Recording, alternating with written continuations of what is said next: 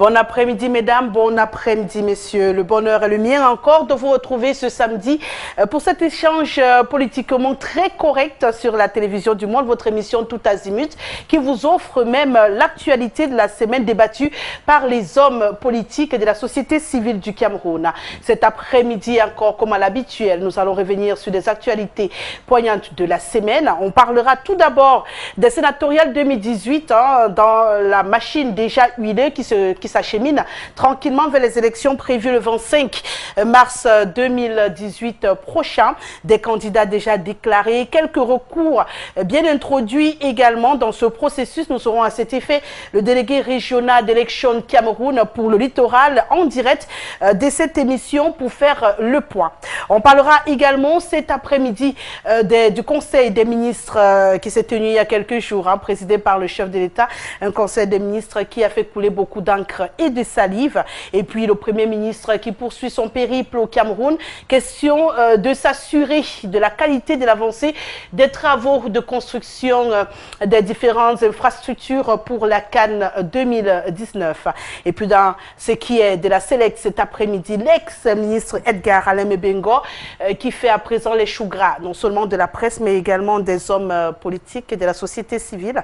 On reviendra sur sa déchéance dans cette émission.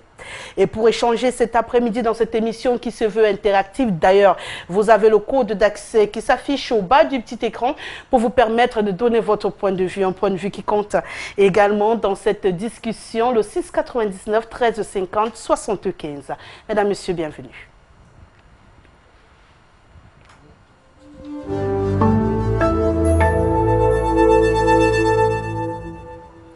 Pour échanger, ils sont des fortes têtes et des intelligences au Cameroun. On va commencer avec mon extrême gauche, un que j'ai l'habitude de ne plus beaucoup présenter parce que son intelligence est saluée de par les quatre coins du monde.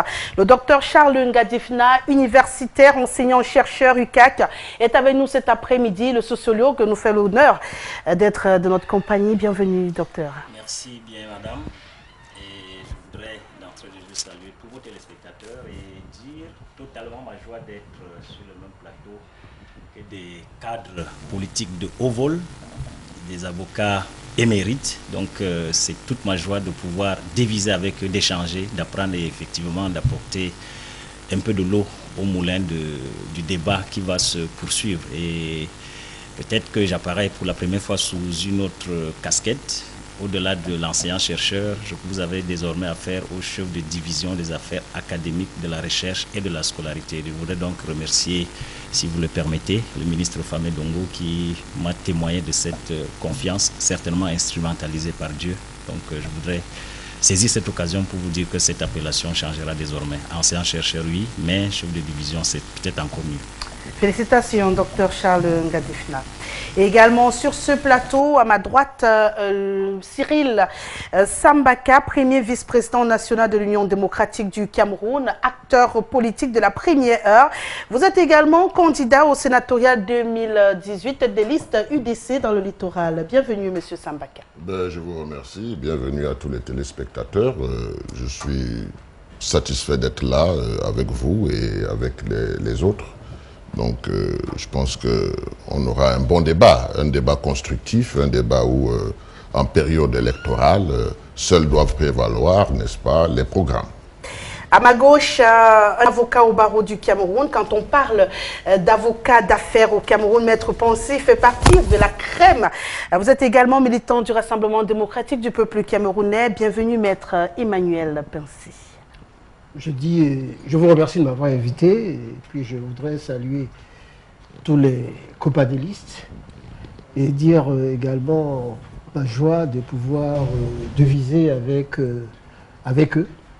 Et surtout, je tiens à dire bonjour à vos millions de téléspectateurs dans cette émission que j'aime beaucoup, où on parle avec beaucoup de liberté et on va pouvoir échanger dans la courtoisie, mais également dans la fermeté. À mon extrême droite, le dernier invité, non des moindres, Maître Manga Moussolé, avocat également au barreau du Cameroun, vice-président pour ce qui est du littoral du Social Democratic Front. Il est candidat également au sénatorial tête de liste SDF dans le littoral. Bienvenue, c'est un bonheur de vous recevoir, Maître Manga Moussolé. Une première sur tout azimut également. Et moi davantage. Je vous remercie de m'avoir invité à cette émission pour vivre l'échange qui en résultera et apporter le peu que je peux, sans fanfaronnade, mais avec fermeté. Je vous remercie. Le temps d'une transition et on ouvre les échanges cet après-midi.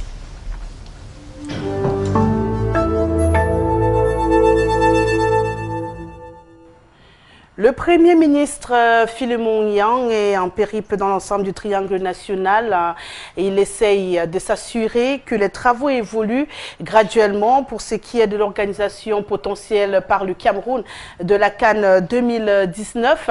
Un périple qui ne se fait pas sans problématique puisque déjà dans le septentrion où il s'est récemment rendu et puis dans le littoral où il est venu par la suite, une réalité s'impose et suscite beaucoup de réactions.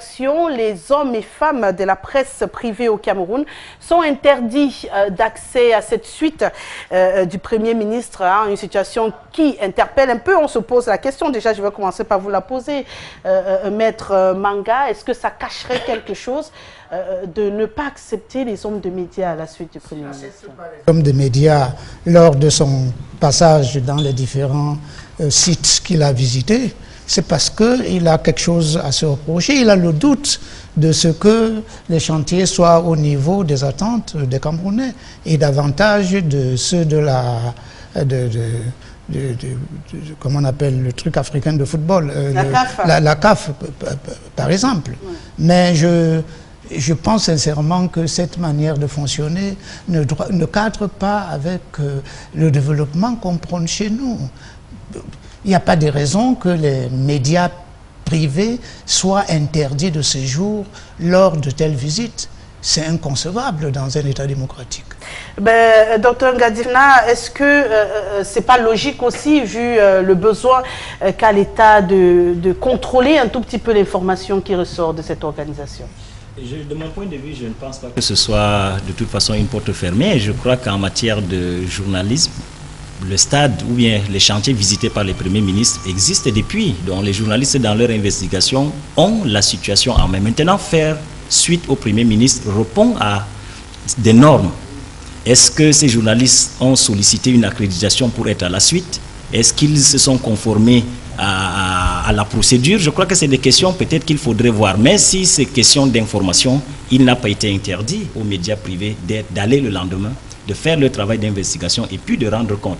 Mais souvenez-vous quand même dans le rouleau de l'information, la position qu'avait la presse privée relativement au débat du retrait de la CAN au Cameroun. Alors chacun y allait de son commentaire, chacun y allait de son angle d'analyse. Je crois que le Premier ministre, c'était des mesures conservatoires prises pour rendre compte officiellement par les médias d'État. Quitte maintenant à la presse privée de faire son travail d'investigation et d'opposer la preuve du contraire. Mais ce n'est pas quand même rendre encore la tâche plus difficile déjà à cette presse privée qui a du mal à avoir l'accès à l'information. Si pour un événement national et même international qui est la CAN, il faille en plus leur interdire l'accès encore à cette information, est-ce qu'on ne part pas vers la désinformation justement faite par la presse nationale? Monsieur Samba. Vous savez, quand on gagne un trophée, on le brandit. Donc en réalité, le Premier ministre devait même inviter tous les journalistes camerounais pour s'apercevoir que les choses avancent. Ils ne l'ont pas fait, ils ont estimé qu'ils n'avaient pas confiance, parce que ça c'est un manque de confiance. Ils n'avaient pas confiance aux journalistes privés, mais malheureusement, ils sont les plus nombreux et c'est eux qui nous donnent beaucoup plus d'informations. Donc, il n'y a pas un justificatif qui est possible là-dessus parce que les journalistes ont des cartes de presse. Ils ont tout ce qu'il faut pour pouvoir entrer là où dans la suite du Premier ministre. Et puis, ce n'est pas aujourd'hui que ça a commencé. On a fait le distinguo toujours entre la presse officielle et la presse privée. Tout comme on a fait le distinguo entre le parti au pouvoir et les partis de l'opposition. Donc nous sommes un peu habitués à cela. Et ce que je dois dire, c'est que quand c'est beau, on a le plaisir, n'est-ce pas, à le montrer au monde entier. Alors quand il y a des doutes, quand c'est incertain, on a tendance à opérer de cette manière-là. C'est tout ce que je peux dire. Votre appréciation, Maître Pensy, de cette réaction du Premier ministre? Oui, je pense que ce n'est pas le fol amour entre le Premier ministre et la presse privée qui ne manque pas, je crois que chaque semaine, de fustiger les attitudes du Premier ministre. Et surtout, la presse privée a eu un rôle vraiment, je peux dire, assez négatif quant à cette CAN. Vous comprenez que la CAN a été voulue, je dirais même par le chef d'État, le président Paul Biya, qu'on met beaucoup d'argent dans cette CAN. Mais il est vrai également que les travaux ont pris un retard incommensurable. Et que si la CAF n'avait pas réagi, on aurait pu être dans des difficultés. On se rend compte qu'il y a un retard immense au niveau des travaux. Alors, le problème est le simple. Est-ce que, combien d'organes de presse il y a? Il y a au Cameroun au moins 400 organes de presse. On va inviter qui? On ne va pas inviter qui? Quand il va se mettre à choisir un organe de presse, on va dire, voilà le chouchou du Premier ministre. Voilà. La presse a le loisir d'aller visiter les chantiers. Moi-même, j'ai pu aller ici à Japoma, allez voir. Vraiment, c'est pas très difficile. Et on peut voir dans quel état se trouvent les stades. On a vu les progrès immenses qui sont faits à Olembe. On a vu, par exemple, dans d'autres, qu'il y a un retard. On a vu, par exemple, que à Garoua, où était le Premier ministre, il y a une avancée au niveau des travaux. Mais on se rend compte également que si vous discutez avec les prestataires de services et les fournisseurs, qu'il y a un grand retard au niveau des paiements. Alors c'est ça le vrai problème. Et c'est dans ce contexte-là que la relation entre le Premier ministre et la presse privée sont difficiles, parce que la presse privée est en train de montrer le mauvais côté, en tout état de cas, et pas le bon côté, ni les efforts qui ont été faits, et que supporter les Camerounais. Et je dois vous dire ceci. Vous avez vu que, au-delà, parce qu'on va avoir des difficultés, le président de la République a pris la décision qu'il y aura la CAN. La CAF n'a pas voulu qu'on ait la CAN. On est passé de 16 à 24. Et en multipliant les stades, nous mettant dans des difficultés au niveau de notre trésorerie. Et je peux vous assurer actuellement qu'il y a des difficultés d'ordre budgétaire. Le Cameroun est obligé encore d'emprunter cette année 1500 milliards. Alors vous retrouvez qu'avec une dette déjà au niveau des entreprises qui se retrouvent aux alentours de 750 milliards, tel qu'on en a discuté à Cameroun Business Forum, vous voyez que ce n'est pas facile. Donc quand le Premier ministre y va, c'est vraiment parce qu'il veut booster pour qu'il y ait des travaux, pour que ça avance. C'est vraiment pas évident. Donc maintenant on travaille jour et nuit. Alors, lorsque vous avez tous les jours, les gens font des efforts, on sort de l'argent en année budgétaire, et que, vous savez simplement que le gars de la presse privée, tout ce qu'il sait, il cherche tout simplement le petit truc où ça ne va pas. Et il va faire des pages et des pages. Ça ne fait certainement pas plaisir au Premier ministre. C'est pour ça qu'il ne les a pas invités.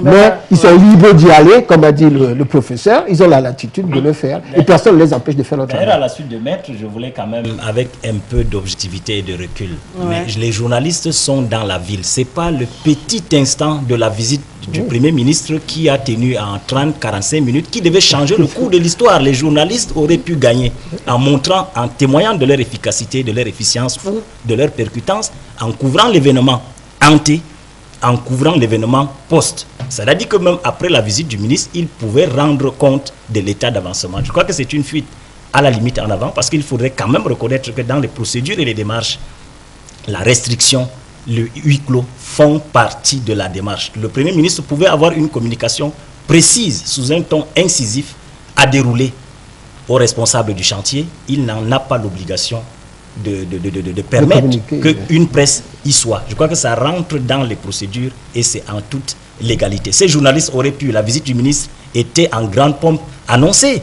Ils auraient pu faire des reportages avant pour faire l'état de la situation. Rassurez-vous, docteur. Et l'état de la situation. Les reportages avant et après sont faits. La différence est qu'au Premier ministre, on peut poser les questions directement et être sûr d'avoir la réponse par la voie. Mais on n'a pas besoin de cet instant T pour le faire. Le Premier ministre, je crois que il a une cellule de communication. Je crois qu'il y a d'autres voies, mais ce n'est pas à l'instant précis de 15-20 minutes que l'actualité ou bien que les chantiers devraient monter. Donc il y a d'autres voies qu'il faut ausculter au lieu de s'accrocher derrière. J'ai bien peur, docteur Ngadi Fina, que la réalité de cette profession vous soit un tout petit peu lointaine, atteindre le Premier ministre, ce n'est pas aussi aisé. Ce que je voudrais dire, ce n'est pas innocent.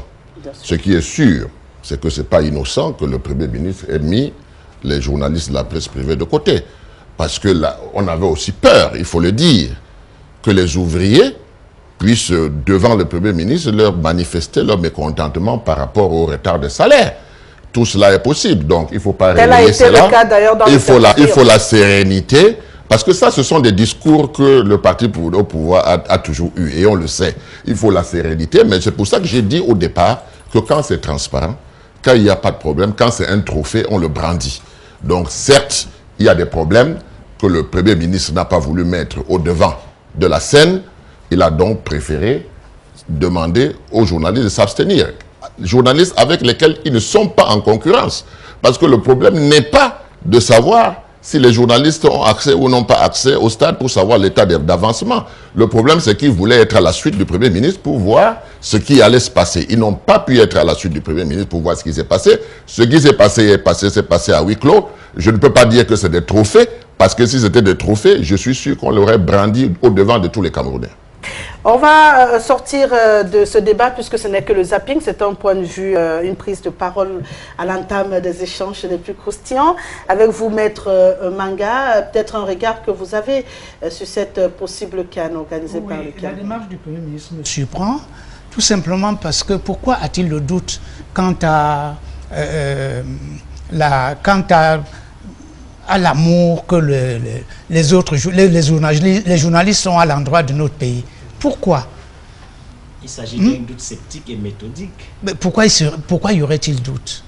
Les grandes réalisations ne s'accommodent pas trop de bruit pour qui sait connaître le caractère essentiel de ce Premier ministre les bruits des journaux privés, par exemple. Et non les bruits des journaux publics. Moi, je pense que cette démarche tend à cacher quelque chose. Si elle ne tend pas à cacher quelque chose, elle résulte d'un mépris à l'endroit des journalistes de la presse privée. Parce que personne ne comprendrait que pour un événement comme celui-là, qu'on n'invita pas tous les journalistes et que les Camerounais ne sont pas aussi bêtes pour ne pas pouvoir discerner, n'est-ce pas, les choses mal dites ou bien dites des uns et des autres. Et cette manière-là, c'est de prendre les Camerounais pour des ploucs. Non, mais je pense que vous savez, la loi sur la communication sociale de 90, c'est la liberté de presse. Il y a une liberté au Cameroun. Et ça, je ne suis pas obligé d'assurer que les journalistes ne manquent pas tous les jours de manifester leur liberté. Et ils sont excessivement critiques. Ce qui ne va pas, c'est qu'ils sont toujours en train de chercher le mauvais bout de la lorgnette et de l'amplifier. Et ça, c'est quelque chose que je pense que le Premier ministre n'aime pas. Donc, vous êtes quelqu'un qui écrit toujours contre vous. Vous n'avez pas l'invité. Mais monsieur, vous parlez de liberté de la presse. Et vous parlez également de musulmans, de la presse. S'il n'y a pas les musulmans, il ne les a pas invités. D'abord, il va inviter, il va mettre combien d'avions? Pour aller au nord, il faudrait qu'il a fait à peu près 3, 4, 5 avions. Il ne peut pas le faire. Donc, la presse est libre d'y aller. Et la presse l'a fait. Et vous l'avez noté tout à l'heure, ils sont allés avant, ils sont allés après, ils sont allés pendant, ils ont interrogé les ouvriers. Et moi, je n'ai pas manqué de dire ici en toute liberté qu'il y a eu des problèmes sur des retards de paiement au niveau des prestataires, qu'il y a eu des retards de paiement au niveau des salaires, et que sur ce bien-là, en allant là-bas sur place, on va booster, il va discuter avec les entrepreneurs qui vont leur dire il manque de l'argent, on va sortir de l'argent pour payer les sociétés. J'ai discuté pas plus tard qu'hier avec une amie qui travaille dans cette société américaine qui se trouve au nord, et je peux vous dire qu'ils ont des retards au niveau du salaire, et l'arrivée du Premier ministre a permis de régler un certain nombre de problèmes. Ces problèmes allaient être amplifiés par la presse, qui n'aime pas le Premier ministre. Et le Premier ministre le rend bien aussi, c'est-à-dire il ne vous aime pas non plus. Donc, à ce moment-là, je ne vais pas où est le problème. La presse est libre d'y aller. Maintenant, vous voulez quoi? Quand vous donnez les pères diem, quand on invite les gens avec le Premier ministre, quand on dépense encore l'argent, il va là-bas, la presse ira aussi. C'est ça leurs relations ne sont pas bonnes. Je dis entre une certaine presse, pas toute la presse. Il y a des presses qui sont là, qui viennent, qui discutent. Mais quand vous êtes très virulent, à ce moment-là, on ne vous invite pas. C'est ça la situation. Donc, moi, je pense plutôt qu'il faut fluidifier les relations. Il faut les améliorer. Il y a une cellule de communication. Il faut avoir une certaine approche. Et lorsqu'il y a cette approche, parce que nous tous, nous voulons qu'il y ait la canne, à ce moment-là, les choses vont s'améliorer. C'est ce que j'espère en tout état de cause, et c'est ce que je voudrais. Et je voudrais dire ceci ici. Il y a une chose que je n'ai pas dit ici. Saluer l'initiative d'Etofis, qui a pu donner de sa personne aller au Maroc, voir le président de la fédération marocaine, lui donner son maillot qu'il a porté pendant, je pense, 17 ans, et surtout le rôle qu'a joué mon ami Maître Happy également, pour pouvoir faire en sorte que nous ayons une équipe où il y a une solidarité nationale. Et dans ce qui concerne le football, je peux vous assurer que, aussi bien Sambaka que même mon ami du SDF, non, je le connais très bien, on travaille ensemble, je dois vous assurer qu'à ce moment-là, nous aimons tous le football camerounais et il doit y avoir unanimité. Mais c'est vrai qu'il faut rester également critique quand ça ne va pas, quand les prestations ne sont pas payées, il faut le dire pour que nous puissions organiser la CAN en toute sérénité. Je suis d'accord avec Maître Pincy à 100%. Vous savez, c'est ça qui relève un peu de l'éducation, vous voyez. Parce qu'il y a des choses qui sont là, palpables, il faut le dire. Il faut trouver des solutions aux problèmes, mais il ne faut jamais faire comme s'il n'y avait pas de problème. Là, vraiment, je suis à 100% d'accord avec mes Pincy. Voilà, c'était que le zapping pour ouvrir cette émission. On va quand même prendre 2 réactions des téléspectateurs à ce sujet. Bonsoir à vous sur le plateau. En vérité, les travaux concernant la CAN 2019 au Cameroun n'avancent pas. Que le gouvernement nous mente sur ce qu'on ne voit pas. C'est pour cela, en fait, qu'il ne veut pas. Bon, on en viendra au problème des sénatoriales. Hein. Il y a déjà des questions posées sur si on n'est pas capable de livrer les grands projets du programme des grandes réalisations à temps. Pourquoi pensez-vous que ce sont les grands travaux de la CAN qu'on livrera à temps? Il n'y a pas de hasard dans le management. Ce n'était qu'un détail. Hein. On va poursuivre sur la Select cet après-midi. On parle d'Edgar Alem Ebengo. La question, elle est posée pour nombreuses personnes aujourd'hui. Est-ce la chute d'un grand flic? Parce qu'on le rappelle, il sort là du ministère des Transports. Il a été directeur du cabinet civil de la présidence de la République, préfet tout d'abord, délégué général à la sécurité nationale, ministre délégué à la présidence de la République chargé de la défense. Mais que de casseroles traînées derrière lui pendant tout ce temps. Il aurait eu également un très grand pouvoir. On va d'abord apprécier le trajet effectué par l'homme. Aujourd'hui, on rappelle que les documents officiels, notamment les passeports, ont été récupérés et n'ont plus le droit de quitter le Cameroun. Alors, la question, elle est posée clairement aujourd'hui. Est-ce qu'on s'achemine vers une chute définitive d'un homme qui aura quand même été un grand flic au Cameroun, maître? Le simple fait d'être débarqué de cette manière-là prouve que c'est conduit à sa chute. Même déjà moralement, parce qu'il faut être fort pour tenir l'événement que vient de subir M. Alem Ebengo. Quant au reste, bon, c'est en épluchant les dossiers, et quand ceux-ci seront à la connaissance de tous les Camerounais, qu'on saura effectivement que M. Alem Ebengo a fait ci, a fait ça. Mais d'ores et déjà, je crois que nous devons être circonspects et ne pas trop nous avancer dans sa culpabilité qui n'est pas encore mise à l'épreuve. Rassurez-vous, on ne fait pas son procès cet après-midi. Maître Pincy, comment comprendre qu'un homme à la trajectoire aussi fulgurante qu'Edgar Alem Ebengo aujourd'hui ne soit plus dans cette équipe? D'abord, c'est la liberté du président de la République de choisir qui il veut, à part nommer un chien. Donc, il nomme qui il veut. On a vu là nommer des gens qui n'ont pas de diplôme. Là, nommé d'autres qui en ont plusieurs. Et on s'est rendu compte, vous qui êtes sociologue, que ce n'est pas le diplôme qui fait l'intelligence. Ça, c'est une méthode qui est tout simplement spécifiquement française. Je pense qu'on aligne des parchemins. On a vu que dans ce pays, on a nommé pendant un certain temps que les gens qui ont fait l'UNAM ou certaines écoles camerounaises. Et je peux dire ici, et je peux le dire, on n'aime pas les avocats. Ça, c'est d'ailleurs, on n'aimera jamais un avocat, sauf un avocat qui a été magistrat, qui se retrouve pendant il a été 45 ans magistrat, il est 2 ans avocat, on le nomme président du Conseil constitutionnel. Je parle de notre confrère Atangana, mais qui est un magistrat qui vient d'être nommé. Bon, à part ça, on n'aime pas. Les avocats, ils n'ont pas de décoration. Et, oui, Moutomé l'a nommé, c'était quelque chose, une exception dans la règle. Pourquoi? Je vais vous expliquer pourquoi. On n'aime pas les gens qui bavardent, c'est ce qu'on me l'a dit, parce que je suis un peu bavard. Et on n'aime pas les gens qui sont libres au niveau de l'esprit. Et surtout, on voulait avoir les gens qui ont la même manière d'agir, c'est-à-dire ne pas parler. Ils sont formatés tout simplement pour agir de cette manière, c'est-à-dire ce qu'on a appris à l'ENAM. Or, on se rend compte que l'ENAM n'est plus ce qu'elle était. C'est-à-dire au niveau de la formation initiale, pour remplacer les Français, on avait pris des gens qui avaient... On prenait même les enfants du pauvre. Le meilleur exemple de l'enfant du pauvre qui a réussi, c'est le président de la République lui-même. D'une famille excessivement pauvre. Son père qui travaillait avec les catholiques. Sa mère, Madame Yenga, qui n'avait pas d'argent. Mais parce qu'il était brillant, il a réussi. Mais là, vous n'avez pas de bourse, vous n'avez rien. On nomme des gens les fils des oligarques, j'allais dire, de la nomenclature, qui rentrent à l'ENAM. Vous avez vu le PAN, enfin le président de l'Assemblée nationale, mettre 11 personnes de sa famille, dont on ne connaît pas les performances intellectuelles, et nommer, on vous nomme comme ça, et vous voulez remplacer. Et souvent on a vu des petits garçons, des élèves qui commencent à commander leurs profs, et à être directement directeur, et faire une oligarchie administrative, qui compradore, qui est là tout simplement pour pouvoir dominer au niveau du système. Et on se rend compte qu'ils s'enrichissent très vite.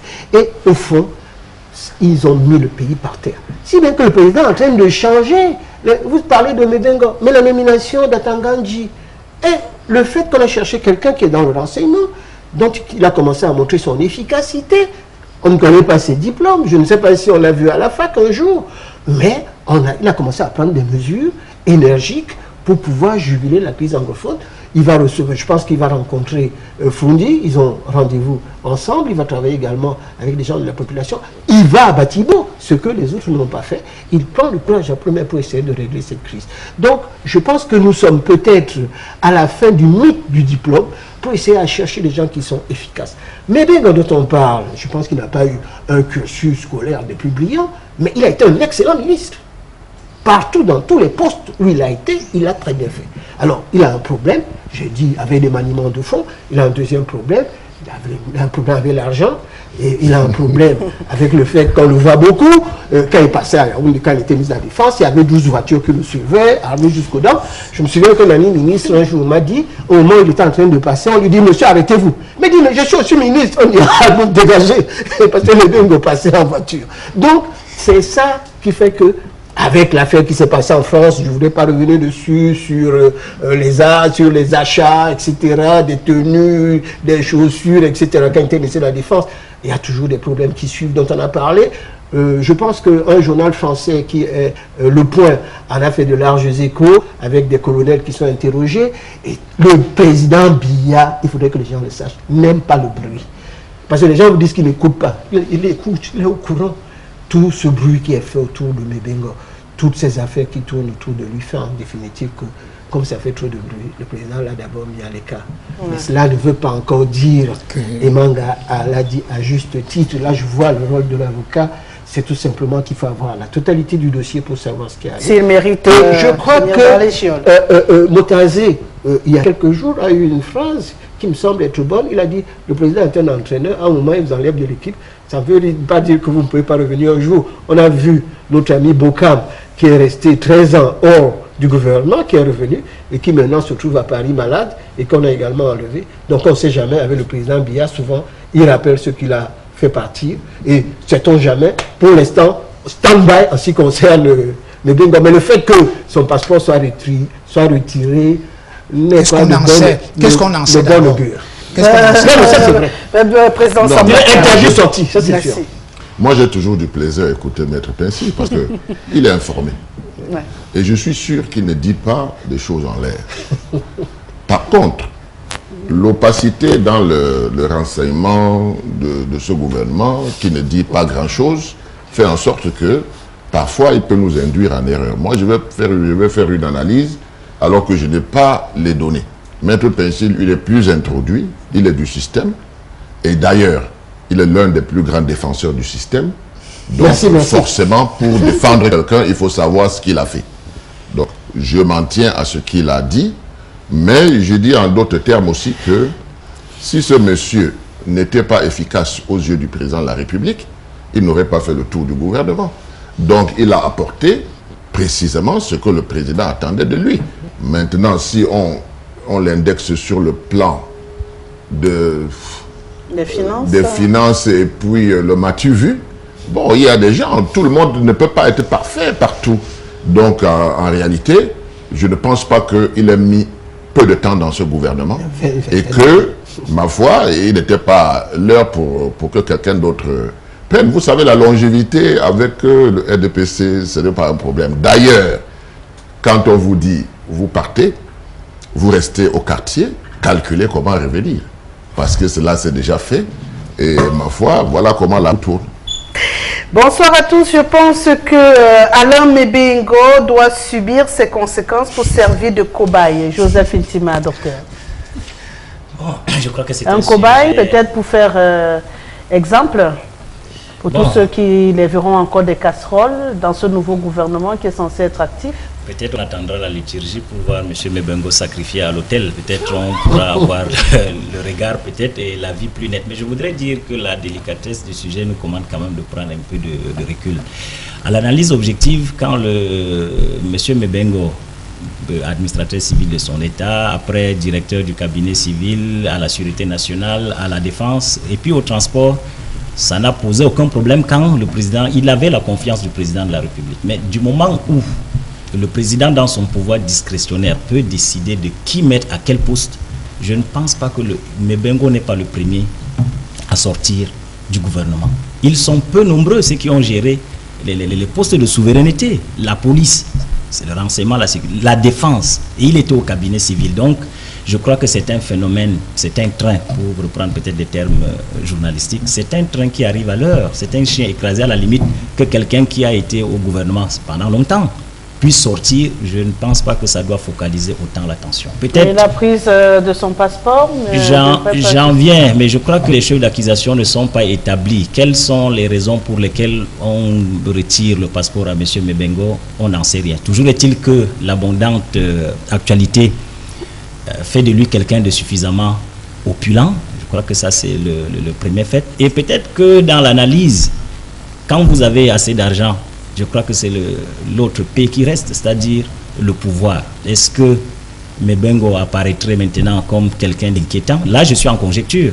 Donc, c'est des pistes d'analyse. Est-ce qu'il devient, avec l'assise marxiste infrastructurelle qu'il a, avec la fortune qu'il a, est-ce qu'il ne devient pas un danger? Est-ce que c'est pour cette raison? Mais je pense qu'il faut rentrer ou s'en tenir à la discrétion du président qu'il a gardé pendant longtemps dans le sérail et qui a décidé à un certain moment. Bon, quand les chefs d'accusation seront peut-être établis, on pourra peut-être se permettre quelques commentaires du moment où, quand un dossier est instruit, la loi ne nous permet pas outre mesure. Je crois que les avocats sont mieux placés peut-être pour les dire. Donc, je pense que le cas Mebengo, peut-être qu'il faille qu'on prenne un peu de recul pour savoir pourquoi on a retiré. Sauf si les chefs d'accusation sont connus, on peut peut-être avoir un mot à dire. Il partait de la défense. Alors l'aspect folklorique de M. Mebengo était connu et ça a duré pendant longtemps. On a parlé de la suite interminable de l'escorte et même l'humiliation d'un autre ministre, non moins d'un ministère de souveraineté, celui des Finances, qui se retrouve bloqué parce qu'il fallait... Je crois qu'il y a quand même cet aspect de folklore, cet aspect d'étalage de l'exubérance qui est quand même caractéristique de l'homme. Mais il le faisait pas à la périphérie, il le faisait à Yaoundé. Pourquoi on a attendu aussi longtemps qu'il se comporte en un petit roitelet? Bon, je crois que le président est mieux placé. Il a gardé dans son gouvernement, il a décidé à un moment de se séparer de lui et je crois que la belle figure, c'est celle qui a été dite tout à l'heure. C'est une équipe. Quand vous présentez un signe d'essoufflement, vous pouvez reprendre le souffle. Est-ce que Mebengo n'est pas allé à la réserve? Est-ce qu'on ne le prépare pas pour autre chose? Laissons le président dans son pouvoir discrétionnaire composer son équipe avec ceux qu'il pense bien être à même de conduire son projet de société. Avant de prendre vos dernières réactions sur ce sujet, on va prendre également les réactions. Ce type est un voleur. Sa place est en prison. Ce sont les réactions des téléspectateurs. Et c'est bien récupérer une honte pour le Cameroun. C'est Yvan de Douala qui, lui, peut-être cru dans ses propos. On peut le comprendre. Hein. Il est à la maison. Il a beaucoup plus de facilité. Bonsoir, Mebengo a été livré au peuple pour redorer le blason du prince. Vraiment, au Cameroun, on nous distrait. Si le président veut, il met même tout ce gouvernement en prison. Voilà. C'est M. Fopa de Douala. Salut à tout le plateau. Je pense que le statut actuel d'Edgar Alain Mebengo relève du traditionnel choix politique du président Biya. Mais pour nous, le peuple, ce n'est qu'un détail vu les réalités actuelles. Senghele, depuis Yassa. Y a-t-il un lien entre Mebengo et les sécessionnistes via un financement? La question également est posée. On va faire un dernier tour de table sur la question. Maître. Relation entre... Mais Bengo, elle est sécessionniste. C'est un téléspectateur, vous n'êtes pas obligé de répondre à sa question. Ce n'était qu'une question d'un téléspectateur qui demande si le fait d'avoir beaucoup d'argent, il n'aurait pas donné un coup de main aux sécessionnistes également, ce qui pourrait justifier qu'il ne soit plus dans un poste ministériel. Cette question vient mal à propos. Oui, je crois qu'il y a sur les réseaux sociaux une photo qui circule avec Sissoko Abe. Mais Bengo, c'est une société, c'est une photo qui circule. Il y a également une photo qui circule avec Molan Litoumé, qui est l'un des chefs des sécessionnistes, qui est suffisamment âgé. On en parle, mais je ne pense pas que c'est ça, seulement ça l'élément. D'ailleurs, quand vous n'êtes plus là au pouvoir, on vous accuse de n'importe quoi. Mais je crois que là où il a le plus d'ennemis, c'est dans son propre village. Parce que le village le plus important, l'arrondissement qui a fourni le plus de ministres Camon, c'est Zoaitele. Il faut voir les déclarations de la mère de Zoaitele. C'est une femme. Qu'on l'a battu avec le général militaire, on a fait ce commandant de brigade, etc. Son meilleur ennemi, c'est Rémi Zemeka, qui était également ministre de la Défense. Ils ont des gros problèmes dans ce village, où il y avait également Abba, où il y avait également le directeur du cabinet civil qui vient qu'on appelait le vice-roi, qui vient de partir, qui est un diplomate. Assurons, c'est quelqu'un qui est... On parlerait de Belinga Eboutou. Oui, c'était quelqu'un qui est un diplomate, qui est dans un corps assurant, et qui avait, semble-t-il, d'autres problèmes avec la famille ou madame. Bon, bref, ce qu'il y a, c'est que Bengo, je peux vous assurer que c'est quelqu'un où on l'aime, où on le déteste. Et à un moment donné, il arrive tout simplement qu'il y a eu tellement d'informations et des choses sur lui qu'on dit que ça dérange. Et qu'au fond, on a voulu, le président donc a décidé, c'est ce qu'on appelle l'impérium. Tout le monde en a parlé sur ce plateau, on l'a écarté. Quand on commence déjà à vous interdire de sortir du territoire, ce n'est pas que c'est une excellente chose. Mais je dis tout simplement que le fait, par exemple, que ce journaliste a été tabassé dans son domicile par un certain nombre d'agents, dénote du fait que ce qui se passe chez lui, les gens ne sont pas contents, les gens sont un peu furieux. Mais il faudrait savoir que quand vous êtes resté 20 ans à servir votre pays, c'est un honneur. Oui, le président, donc, qui veut, ce n'est pas un problème. Pour l'instant, il va se défendre. Il y a des gens qui l'accusent de je ne sais pas de quoi. Il va se défendre et il va le faire très bien et c'est comment il va pouvoir se défendre. Non. Mais je pense que ça a été un excellent ministre dans la totalité des fonctions qu'il a eu à avoir. Le reste, moi, il a juste un petit problème avec l'argent. Il a également d'autres problèmes. Pour répéter ce que tout le monde dit. Ce que tout le monde dit. Bonsoir, quelles sont les raisons qui vous poussent à défendre ce dernier? C'est Joseph Intima qui juge que Edgar Alain Bengo n'est pas défendable. Pour lui, pour également notre téléspectateur, salut à tous sur le plateau, juste pour dire un truc, c'est l'expression. Edgar Alain Bengo, pour moi, c'est un martyr dans ce pays. Mais même s'il a pillé les caisses, ils sont nombreux à piller les caisses de ce pays. Bonsoir à vous, Dr Ngadifna. Ne faites pas dans la langue de bois. On ne retire pas le passeport à un enfant de cœur. Mettez-vous à notre place. Il n'y a plus d'avenir au Cameroun à cause de ce type de personnes. C'est Étienne Boris depuis PK16. On va prendre une transition, on va évoluer parce qu'on doit parler du Conseil des ministres. Les sénatoriales nous attendent juste après.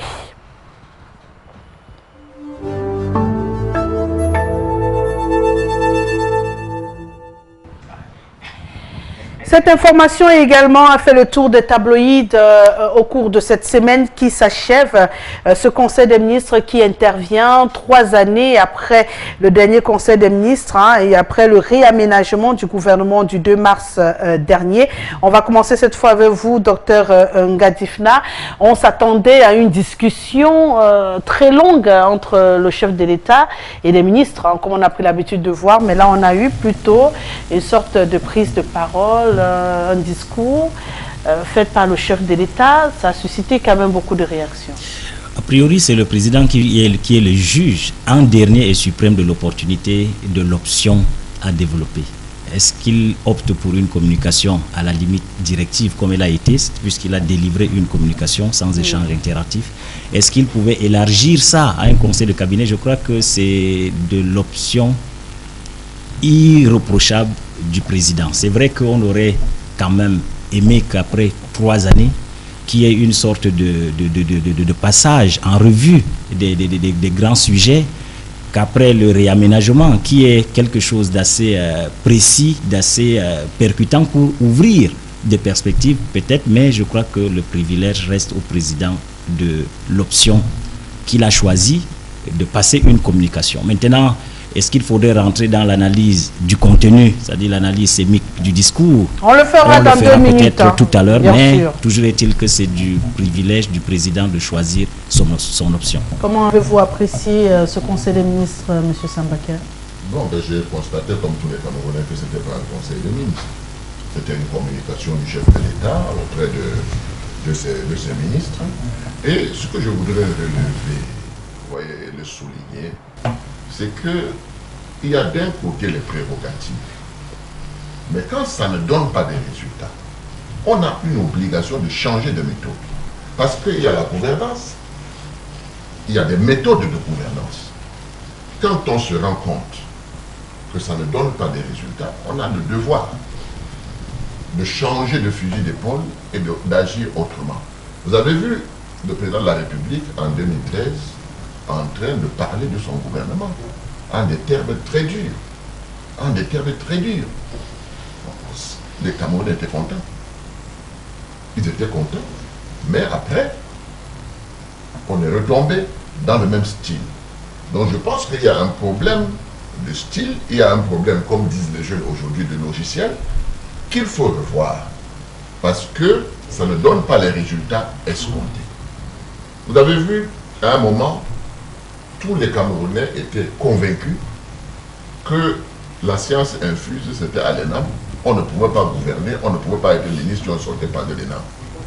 Aujourd'hui, fort est de constater que même l'ENAM se met à l'école de la vie. Et ça, c'est quelque chose de formidable. Vous savez, on n'a pas dans l'opposition l'habitude d'apprécier un certain nombre de choses, mais que l'ENAM se mette à l'école de la vie. Aujourd'hui, avec le nouveau ministre de l'administration territoriale, c'est une très très bonne chose. Parce que chacun va se poser la question de savoir qu'est-ce que je fais là, quel est le rôle, les lourdeurs administratives, toutes ces choses-là. Vous voyez un homme d'affaires ou un avocat en train de perdre du temps? Non, il n'y a pas de temps à perdre quand on est dans ces fonctions-là. Donc moi je pense qu'il faut faire un effort pour qu'on change quand on voit que la méthode qu'on a adoptée ne donne pas de résultats. Or, la méthode que le chef de l'État a adoptée, de faire des sorties après 3 ans, la méthode que nous avons d'avoir des ministres qui ne respectent pas le Premier ministre, fait en sorte qu'il y a cette embrouillamini, parce qu'à aucun moment on ne peut accuser les Camerounais d'être incompétents. Ils ont toutes les compétences qu'il faut savoir faire le casting, il faut savoir donner les feuilles de route, les missions, il faut savoir surtout contrôler et il faut savoir sanctionner. Si on n'utilise pas ces mécanismes-là, évidemment, on se rendra compte 10 ans après, 15 ans après, qu'il y a eu gabégie par-ci, gabégie par-là, et ma foi, ce serait difficile de ramener cela parce que le Cameroun ne fait que s'enfoncer dans les dettes. D'accord. Vous êtes en plein rentrée, hein, justement, dans ce discours. Hein, on va aller dans la même logique, Maître Pensy. Vous avez également lu peut-être cette prise de parole du chef de l'État devant les ministres. Hein. Il y a un point qui a quand même retenu l'attention, notamment ce pari de performance. On a l'impression qu'il tient à avoir une équipe très active désormais, des hommes d'action et non des hommes de parole sur le terrain, le chef de l'État. Oui, c'est ce qu'il voudrait. Mais force est de constater que, je reprends ce que vient de dire Sambaka, le discours du 31 décembre 2013, il a traité le gouvernement d'incompétent. Or, il a reconduit 80% de ce gouvernement, et en ajoutant encore un ministre. C'est quand même un problème. On a, en réalité, avec les assimilés, presque 70 membres du gouvernement. Imaginez que le président de la République fasse un conseil des ministres et qu'il y ait des échanges. On aurait eu, que ce soit interactif, comme vient de dire l'enseignant. À ce moment-là, on aurait eu un conseil ministériel qui aurait duré 3-4 heures. Or, c'est un exercice que le président répugne à cet exercice-là. On se rend compte depuis des années qu'il ne l'aime pas. Dans tous les pays au monde, même au Sénégal par exemple, il y a un conseil des ministres chaque semaine. En France, c'est tous les mercredis matin. Or, chez nous, ça ne se passe pas. C'est pour ça que le président a décidé qu'il va y avoir ce qu'on appelle un conseil. Il appelait ça conseil ministériel. Et dans ce conseil ministériel, ordre du jour unique, le discours du chef de l'État. Et dans ce discours, il y a des passages qui, pour moi, m'étonnent. Parce qu'il a parlé du port de Kribi, comme si le port de Kribi, c'était une performance. Le port de Kribi, pour l'instant, les navires accostent, mais il n'y a rien tout autour. Ce qu'il faudrait au port de Kribi, il faudrait des hangars, il faudrait, quand vous allez décharger les marchandises, qu'on vienne les évacuer, c'est-à-dire avoir des camions qui quittent du lieu où partir pour venir chercher des produits, c'est-à-dire quitter Douala, quitter Yaoundé, quitter le Nord Cameroun pour venir les chercher, ça va accroître le coût des marchandises que personne ne va supporter.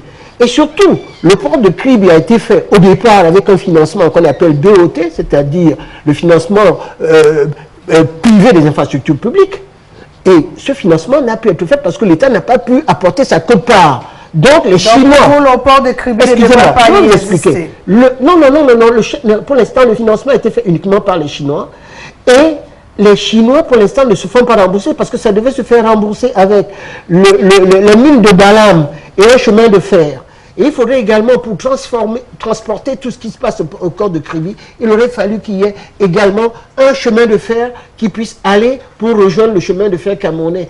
Et ça, sur tout ce qu'il y a comme fait à faire, il manque encore 650 à 700 milliards de francs qu'on n'a pas au niveau des caisses. Donc je voudrais dire que lorsque le président en parle, c'est comme si le port de Kribi, non, on peut accoster, mais ça ne fonctionne pas très bien et ça ne rapporte pas d'argent. Donc je voudrais dire sur ce point-là que nous n'avons pas non plus, le Premier ministre fait ce qu'on appelle, il y a un conseil gouvernemental qu'il tient plus ou moins tous les mois. Ça veut dire qu'il y a un manque d'efficacité au niveau de ce qui est en train de se passer. Je crois que c'est un gouvernement, si vous voulez, de combat que le président a voulu instituer en vue des élections présidentielles qui se passeront en octobre, et dans lesquels on sent qu'il sera candidat.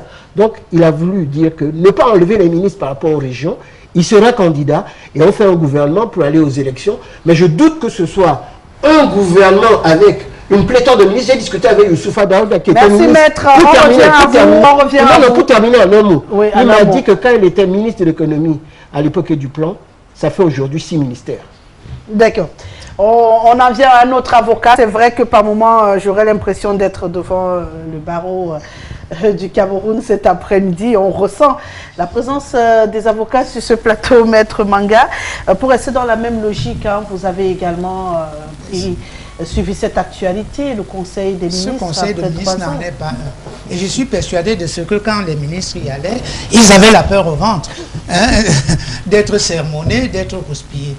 Quand Monsieur le Président de la République a fini sa communication, ils ont soufflé. Ils ont soufflé en restant dans leurs vieilles habitudes, celles consistant à se comporter comme s'il n'y avait pas de capitaine dans ce bateau. Tout à l'heure, Maître Pensy venait de le dire, de le souligner à juste titre, que même le Premier ministre est incapable de réunir son personnel. J'entends pas personnel. Oui, c'est ministre, excusez-moi, c'est ministre. Ce qui a donné la latitude à chaque ministre d'avoir sa propre feuille de route et de naviguer à vue, croyant qu'il navigue à bon port.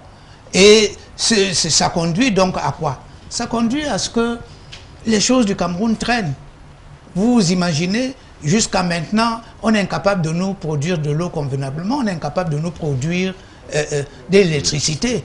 Et le gouvernement, il est là, chacun fait comme il veut. Au quartier, les enfants disent, mais quand on dit, oh, mais le président de la République a encore passé, non. Est-ce qu'il peut mettre son pungamel à l'ordre pour dire que c'est du désordre total? Où le Premier ministre ne tient pas la barre. L'affaire Mounatoutou est une illustration. L'affaire, comment il s'appelle, le ministre de l'affaire entre le directeur de l'ENAM et le ministre de la fonction publique en est une autre illustration. Et s'il y avait un timonier adjoint, puisque le premier c'est le président de la République, le deuxième aurait dû être le Premier ministre qui tient convenablement là-bas, il n'y aurait pas de tel comportement. C'est pour... Voilà. Bonsoir à tous. Ce conseil ministériel présidé par le président de la République est une bonne chose. Malheureusement, ne se fait pas assez pour pouvoir mieux régler le bien-vivre des populations. Jospin de Douala. Docteur Ngadifna, on a pu constater également dans ce discours, puisqu'on vous donne l'opportunité d'y rentrer de plein fouet, qui s'est attardé quand même sur le besoin qu'ont les populations d'avoir un bien-être au quotidien. Oui, je crois que le discours du président, qui en même temps officie comme chef d'État, chef de forces armées. Donc c'est quelqu'un qui est à la constellation d'un certain nombre d'informations, d'un certain nombre de renseignements et puis d'un certain nombre de données, à la fois qualitatives et quantitatives. Alors, l'option qu'il a pris, les points évoqués dans son discours, de mon point de vue, restent parfaitement en phase avec la réalité du pays. Peut-être quelques exemples pour illustrer. Il y a quel mal à ce que le président de la République appelle au rétrécissement du train de vie des membres du gouvernement. C'est ce que tout le monde devrait saluer, parce qu'on voit l'opulence, la gabégie qui entoure un peu la gestion de ces membres du gouvernement. Qu'il appelle au bien-être des populations, ce n'est que ce qu'un chef d'État peut souhaiter pour ses populations. Que le président de la République appelle à de l'efficacité, à de l'efficience de son équipe gouvernementale, c'est ce qu'on attend d'un capitaine d'une équipe. Donc je crois que le choix des axes sémiques et sémantiques de la communication présidentielle reste bien en phase avec les populations. Peut-être qu'on aurait voulu qu'à la décharge ou bien qu'à la chute du discours, voir des mesures assez incisives pour recadrer ou alors pour sanctionner ce qui apparaît un peu comme des dérives. Et en lisant à travers les communications, en fait les interventions des autres panélistes, il y a eu à un certain moment, ou peut-être avec un peu de continuité aujourd'hui, une certaine désinvolture ou bien désobéissance ou manque de respect au chef du gouvernement. Ce qui traduit un peu la faiblesse du Premier ministre, qui en fait n'est pas peut-être dans tous les cas celui qui propose les membres du gouvernement. Ou alors la situation de certains ministres qui se sentent un peu sous l'aile du roi et qui n'ont pas nécessairement de compte à rendre au président. Donc il y a ce déficit de, pas de vassalisation, mais au moins d'autorité hiérarchique de Premier ministre à ministre peut-être qui perçoit. Mais c'est un problème systémique qu'on peut retrouver dans n'importe quelle organisation. Qu'il faut résoudre aussi. Qu'il faut peut-être résoudre, mais je crois que dans les axes abordés par le président de la République, de mon modeste point de vue, je pense qu'on n'attendrait pas plus. Il a peut-être relevé les points.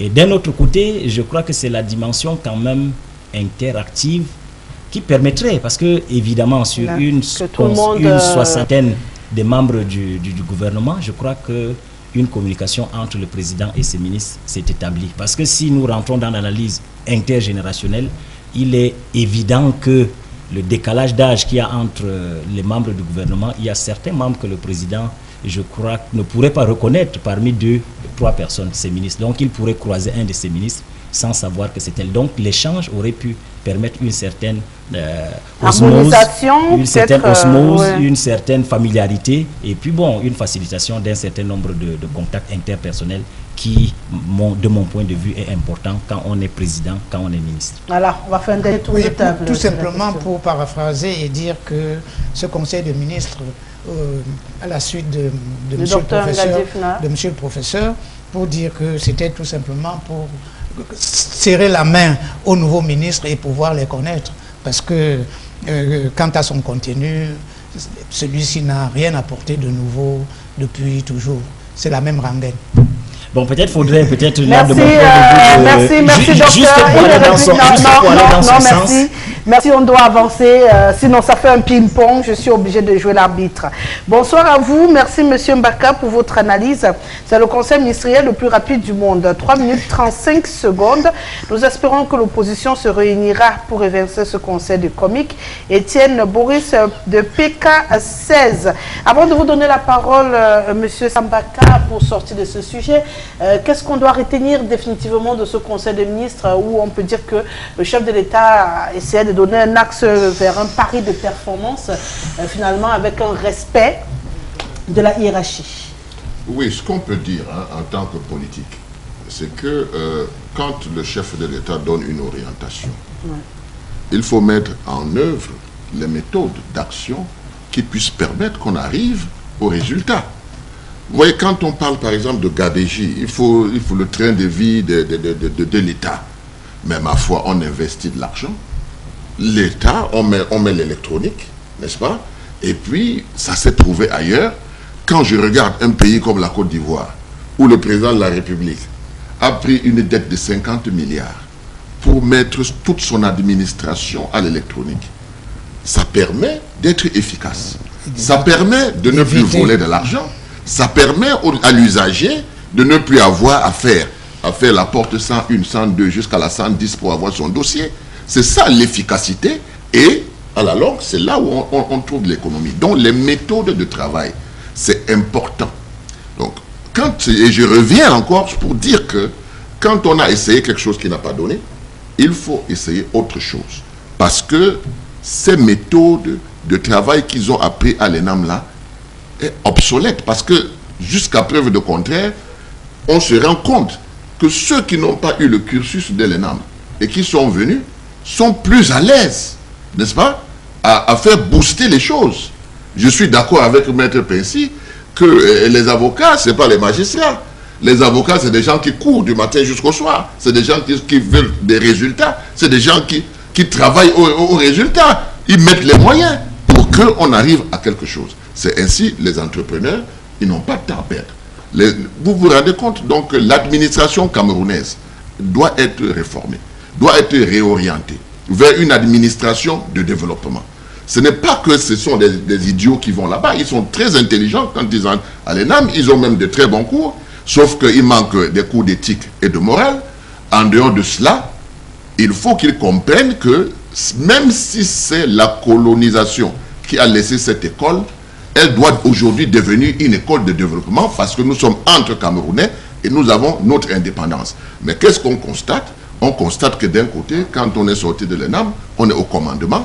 Et quand on dit au sous-préfet, au préfet, prenez le commandement, vous vous rendez compte qu'il faut vous coucher par terre et qu'il marche sur vous. Or, ça, ce n'est pas ce que nous recherchons pour un pays qu'on doit développer, un pays où il doit régner la solidarité. C'est la raison pour laquelle je dis, l'école de la vie est une école essentielle et nous nous en apercevons peut-être un peu tard, mais mieux vaut tard que jamais. Maître Pensy. Oui, je voulais dire une chose. Ça, on n'a pas besoin... non, je souscris... disons à 80% à ce que vient de dire Sambaka, mais on n'a pas besoin de chercher 50 milliards pour pouvoir faire en sorte de contrôler les gens. Moi, il y a une chose qui est simple. Il faut une loi sur l'enrichissement illicite. Si on sort cette loi sur l'enrichissement illicite, et je dis que ce n'est pas populaire à Yaoundé, ça veut dire qu'on renverse la charge de la preuve de l'argent qu'on a. On dit, monsieur, vous vous trouvez à la fortune de, vous avez 10 milliards. Comment avec un salaire de 500 000 francs, vous arrivez, après avoir travaillé pendant 20 ans, à vous trouver avec un patrimoine de 3-4 milliards? Si vous n'arrivez pas à le faire, il y a des dispositions d'ordre fiscal, il y a d'autres dispositions au niveau de la loi qui fait en sorte que... On peut même vous appeler en disant que monsieur, on va vous taxer tel montant, vous payez, on ne vous met pas en prison nécessairement. Et à ce moment-là, on va renflouer les caisses. Donc je crois que ces dispositions-là, on n'en veut pas. Parce que sinon, on va attraper beaucoup de monde. Or, c'est ça surtout ce qui nous gêne. C'est qu'on ne veut pas des gens qui sont libres d'esprit pour pouvoir dire qu'une loi sur l'enrichissement illicite existe, par exemple, dans des pays africains comme le Sénégal, comme partout ailleurs. Il faudrait l'instituer. Parce que quand le président dit qu'il faudrait que vous fassiez ceci, qu'il faudrait que vous fassiez cela, qu'il faudrait que vous fassiez cela. Sans sanction. À quelle heure? Le président avait déjà dit à l'époque, quand il y avait Eric Tchingé, quand il donne le coup de tête, mais donner des coups de tête, parce qu'il y a des voleurs et des voyous parmi le gouvernement qui sont encore là et qui sont connus. Il y a parmi eux des gens qui sont très bien, qui sont excellents, qui travaillent tous les jours. Il y a des ministres, j'ai vu, à 22-23 heures, ils sont encore au travail. Mais il y a d'autres qui sont là, qui ne parlent pas. Je pense que leur problème, surtout ceux que leurs noms ne sortent pas dans les journaux, surtout qu'on n'entend pas parler d'eux, qui ne passent pas dans les mailles du filet pour la durée. C'est ce qu'on ne veut pas. Le gouvernement doit être efficace. Et surtout, je te dis, par exemple, la communication, le président a parlé du pont sur le Vouri. Mais attention, le pont n'est pas encore terminé. On lui fait croire que c'est terminé. Ce n'est pas encore terminé. Et surtout, quid du troisième pont qui devait désengorger le rond-point de Daïdou. À quand on va faire tout ça? Donc il y a des choses qu'il faut faire et qu'il faut dire dans ce pays, parce que c'est un pays de liberté, parce que nous l'aimons.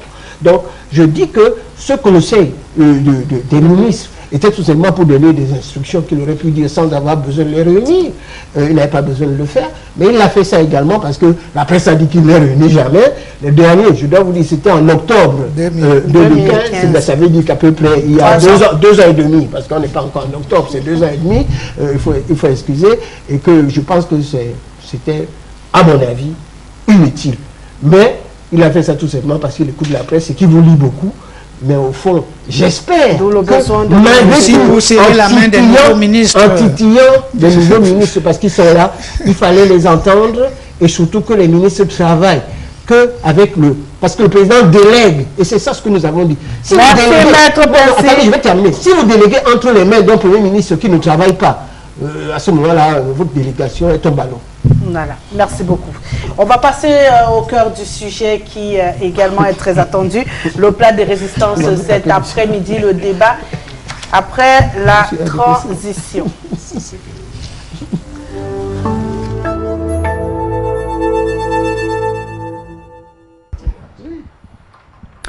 Voilà, nous en arrivons au sénatorial. Plus que quelques jours, on aura droit aux élections sénatoriales au Cameroun. Dans le littoral, tout se profile, comme dans tous les 4 coins du Cameroun. Les 10 régions qui devront donc élire 70 sénateurs pour un prochain mandat de 5 ans. 30 seront par la suite désignés par le chef de l'État. Et pour cette course très attendue, où on va dire que le corps électoral est déjà connu, puisqu'il s'agit là des conseillers municipaux. Nous allons tout d'abord planter le décor cet après-midi pour faire le point, notamment pour ce qui est du littoral, puisque nous avons des candidats du littoral sur le plateau. On va essayer de joindre en direct cet après-midi. Il a accepté de nous donner toutes ces informations en direct de ce programme. Monsieur Emmanuel Dika, voilà, Emmanuel Kouadika, il est délégué régional d'Election Cameroun pour le littoral. Et il va donc, avec la dextérité de Jean-Martin Kefak, avoir le délégué en direct. Bon après-midi, monsieur le délégué. Bon après-midi, Rosalie. Merci d'accepter d'éclairer la lanterne des téléspectateurs de tout azimut. Nous en sommes à quelques jours seulement des élections, monsieur le délégué. Où en est-on au niveau de l'élection de Cameroun, notamment avec ce toilettage bien connu des fichiers électoraux? Alors, disons que au point où nous en sommes rendus à ce jour, nous sommes, je peux le dire, fin prêt. Dès la convocation du corps électoral, nous avons sorti les premières listes qui nous ont permis donc de nettoyer le fichier en y extrayant les décédés et les déchus. Après quoi, les listes définitives ont été confectionnées. Au moment où je vous parle, les listes définitives sont disponibles depuis plusieurs jours déjà au niveau des agences départementales. Les cartes d'électeurs ont d'ailleurs commencé à être enlevées par les électeurs sénatoriaux, que sont les conseillers municipaux. Nous poursuivons ce processus en sachant que jusqu'au jour du scrutin, cela va se faire. Les bureaux de vote sont identifiés. Le matériel électoral pour les bureaux de vote est déjà en place dans les agences départementales. Le matériel complémentaire qui est constitué des bulletins de vote, des procès-verbaux, etc., lui aussi est déjà acheminé vers les agences départementales. Les commissions sont constituées. La commission régionale de supervision, les commissions locales de vote vont être constatées dès le début de la semaine et cela va laisser la place aux différentes formations pour les membres, en sachant que ces commissions locales de vote sont présidées par Elecam. Et puis, nous y avons comme membre un représentant de l'administration et un représentant de chacun des partis politiques en compétition. Donc, à ce jour, comme je l'ai dit, nous sommes fin prêts. Nous sommes fin prêts et nous attendons impatiemment la date du 25. Monsieur Kouadika, on aimerait savoir, dans le littoral, combien de listes ont été retenues définitivement? 6 listes ont été retenues dans le littoral. Nous avons l'UPC, l'UNDP, l'ANDP, l'UDC, le RDPC et le SDF. D'accord. Et aucun recours en cours dans le littoral? Je pense que les candidats se sont plutôt bien comportés, ils ont été sérieux et nous sommes heureux de dire que le littoral n'est pas concerné par les différents recours. On va vous remercier, monsieur le délégué, d'avoir accepté de nous donner toutes ces informations et au plaisir de vous avoir encore sur ce programme. Merci Rosalie et merci à vos nombreux téléspectateurs. Nous sommes heureux chaque fois de communiquer et d'informer les uns et les autres. Voilà. Bonne continuation. Merci beaucoup. C'est donc monsieur Emmanuel Kouadika. Il est délégué régional de l'ECAM pour ce qui est du littoral. C'est donc le patron de la machine huilée qui orchestre un tout petit peu ces sénatoriales pour ce qui est du littoral. Donc il fait partie des 10 délégués qui vont travailler en proche collaboration par la suite avec le Conseil constitutionnel pour ce qui est de promulgation des résultats par la suite. Et j'ai des candidats sur le plateau et des représentants, je vais le dire comme ça. Je n'ai pas dit que vous l'êtes, mais ne commencez pas à vous en défendre. Mais voilà, non, j'ai cité, on a 6 candidatures, 6 listes dans le littoral. On en a 2 aujourd'hui, on en aura sûrement 2 la semaine prochaine jusqu'au 25. Je vais commencer par vous, monsieur Sambaka. Vous avez l'impression que c'est avec beaucoup de sérénité qu'on doit attendre ces sénatoriales? Oui, merci de me donner la parole. Vous voyez, ce qui est important pour moi, c'est après une analyse comme celle qu'on vient de faire, on vient de sortir sur le pouvoir central. Mais où est donc le pouvoir local? C'est là où intervient donc le problème des sénatoriales. Et je crois que c'est très très important ce que le délégué vient de dire. La preuve, c'est que j'ai ici mon bulletin de vote, qui est le bulletin de campagne. J'espère que par la suite, tu passerai à la caisse. Donc, je pense que nous sommes dans les débats. Bien sûr, bien sûr. La campagne électorale, évidemment, ça se fait avec... Le maître Pensi est très intéressé également. Donc, je dois dire que nous avons constaté pendant longtemps les dysfonctionnements qu'il y a au niveau du pouvoir central. C'est la raison d'ailleurs pour laquelle, en 1991, nous avons eu la réunion tripartite, que beaucoup ne connaissent pas, mais qui a défini les grandes lignes, et c'est de là où est sortie cette fameuse décentralisation. Cette décentralisation, jusqu'aujourd'hui, n'a pas porté ses fruits parce que nous n'avons pas de régions. 25 ans après, nous n'avons pas encore de région. Nous avons par contre les conseillers municipaux qui doivent voter les listes pour envoyer des sénateurs. 10 par région, 7 élus et 3 nommés. Dans le souci, il faut le dire parce que les téléspectateurs peut-être ne le savent pas, de représenter les collectivités territoriales décentralisées. Pour le moment, il n'y a que les communes. Et au Sénat, ils vont donc, s'il y avait la région, je devrais le dire, il y aurait des conseillers régionaux, il y aurait une chambre des chefs traditionnels. Parce qu'en réalité, les sénateurs représentent les régions. Les sénateurs ne sont pas comme les députés qui représentent la nation, les populations. Les sénateurs représentent les régions. C'est pour ça que la loi a voulu qu'il y en ait 10 par région.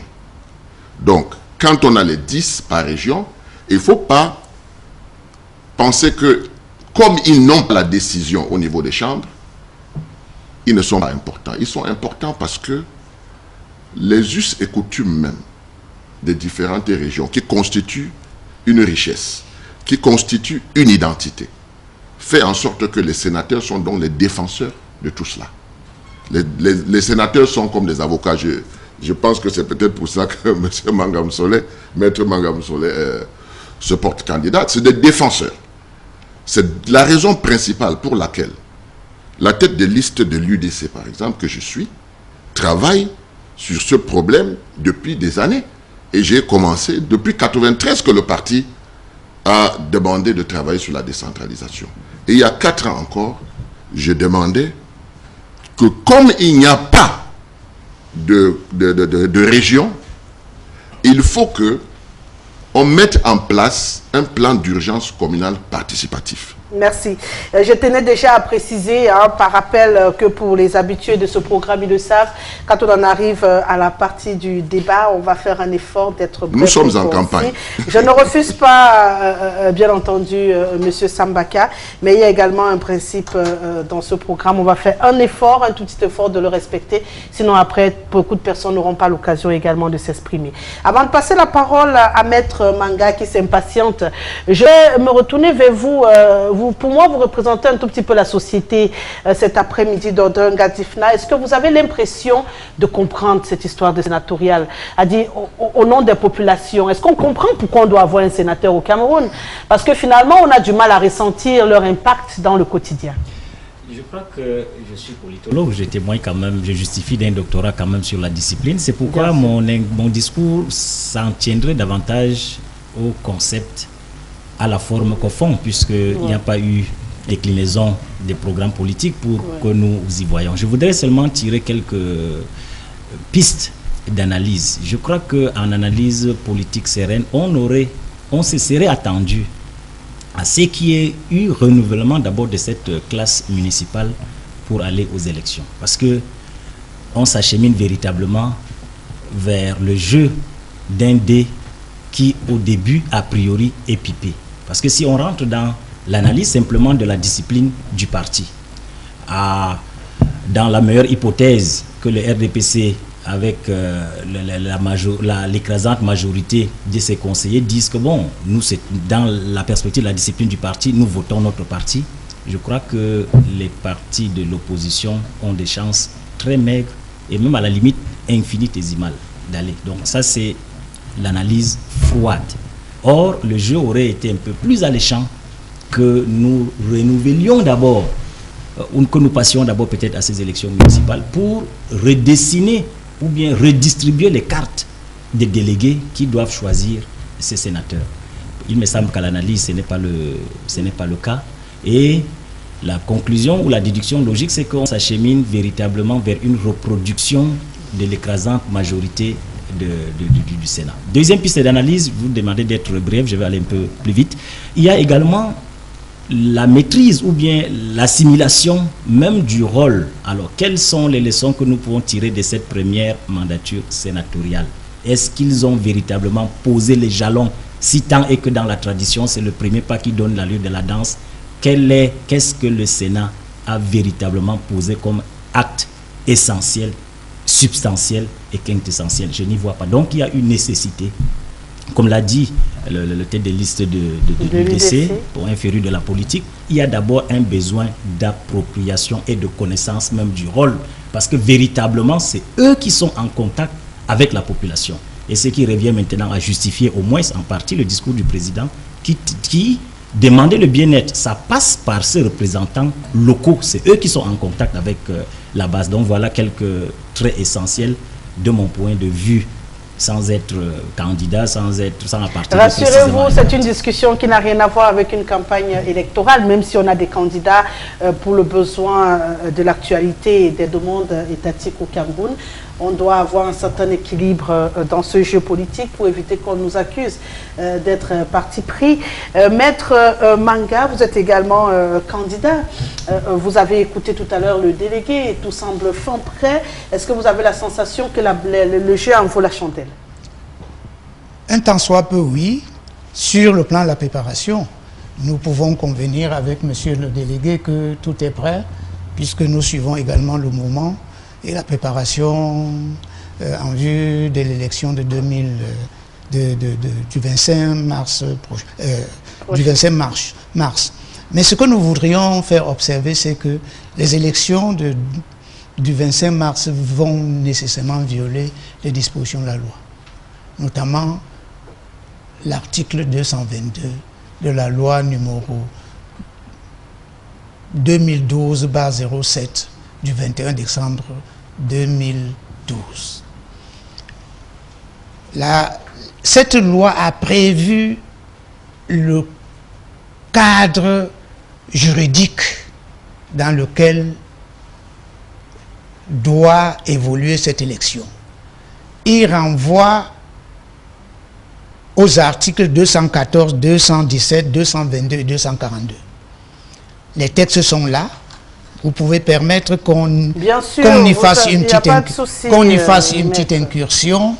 L'article 214, avant que nous allions à notre conclusion, l'article 214... Ou peut-être vous permettre, justement, c'est ce que j'allais dire, lui permettre de retrouver cette page. Hein. On va se retourner vers vous. On revient à vous, Maître Manga. On vous laisse le temps de retrouver votre page. Et on se retrouve vers vous, Maître Pelsi. Est-ce qu'on ne s'achemine pas là, en ce moment, à un dispositif pris par le RDPC pour éviter d'avoir un Sénat monocode, hein, c'est-à-dire à une seule couleur, voilà, monocolore, et qu'ils essayent peut-être aujourd'hui, en ouvrant un peu les vannes, peut-être eux-mêmes qui jouent un peu la politique, de se sacrifier un peu pour qu'on ait d'autres couleurs dans ce Sénat? Je pense que le président de la République est ce qu'on a dit, les journalistes l'ont écrit, le maître du temps et le maître de l'horloge. Et l'Ouest, c'est Dieu. Donc, sur ce point-là, il a choisi la date. Et malgré les articles que va nous dire Maître Mangam Soler, il fera encore recours pour dire que ces dispositions-là ont été violées, parce que sinon, on aurait attendu qu'il fasse ce recours en disant « vous avez violé tel ou tel texte ». Je pense qu'il va nous lire tout simplement des articles qui sont d'ordre cosmétique, et ça lui ressemble. Vous voyez comment il est habillé, d'ailleurs. Il va lire des habits qui ne servent pas à grand-chose. Et de même, il sait très bien, et le docteur vient de le dire, qu'il ne sera pas élu. Parce que le RDPC, comme je dis, comme un seul homme, va voter pour l'excellente liste, j'allais dire même qui tient compte du genre du littoral. La première sur la liste, c'est Mme Tues, qui est première de la liste. C'est elle qui conduit la liste, suivi par l'excellent Toro Youb. Et troisièmement, King Ben. Et après, arrivent les Kingé, qui est d'une cam, vont arriver également mon amie Madame Madame Ebumbu, Némilem, qui était la patronne de Mobilis, qui est ingénieure télécom Paris, qui est une excellente dame. Et après arrivera M. Billet également qui est là. Mais je dois vous dire que qui était directeur de SODEP, des gens qui sont compétents, et surtout que le littoral est animé par le coordonnateur, M. Laurent Esso, qui l'a fait. Et je vous assure, ils ont travaillé jusqu'à 5 h 6 h du matin pour choisir des gens qui sont très bien, qui vont représenter valablement du littoral. Je veux bien, j'aurais aimé qu'il y ait 15 personnes pour que mon ami Sambaka ainsi que Maître puisse faire partie des futurs sénateurs. Hélas, on attendait la prochaine fois et qu'on vous trouvera autre chose. Donc, je crains que votre enthousiasme ne se transforme en pantalonnade. Les conseillers municipaux savent qu'ils vont voter comme pour notre liste, qui est la meilleure des listes que le littoral n'a jamais eu. Nous parlons des textes d'abord. Parlons des textes. Allez-y, maître Manga. Nous disions, la région, chaque région est représentée au Sénat par 10 sénateurs, dont 7 élus, et c'est-à-dire que la loi a fixé le cadre, la sphère spatiale dans laquelle les sénateurs sont élus. C'est la région. Cette disposition renvoie à l'article 217 qui dit « Chaque région constitue une circonscription électorale ». Ça voudrait dire que c'est les éléments de la région qui constituent, comme la loi le dit, la circonscription électorale. Ces éléments sont prévus, c'est les conseils municipaux et les conseils régionaux. Et ce texte nous renvoie donc à l'article 222, qui dit que les sénateurs sont élus dans chaque région par un conseil électoral composé des conseillers régionaux et des conseillers municipaux. Ça, c'est le principe posé. Le législateur de 2013, face à l'absence du conseil régional, a pris des dispositions pour pallier à cette carence et permettre la mise sur pied du Sénat en le faisant voter uniquement que par le conseil régional, par le conseil électoral, par les conseils municipaux. Donc c'est légal. Là, il est légal. Là, nous n'en disons pas. Nous ne disons pas le contraire. Vous permettez, monsieur, on va essayer de recadrer un tout petit peu. Tu vas lire tout le code. Non, je ne veux pas lire tout le code, c'est parce que ça va te coincer maintenant. Permettez, cher avocat, on ne va pas refaire pour l'instant le problème. Nous voudrions donc dire que ce Sénat sera mal élu. À quelle heure? Il sera mal, peu importe, il sera mal élu. Il sera mal élu parce que c'est un Sénat de renouvellement. Or, les dispositions de l'article 242 sont claires.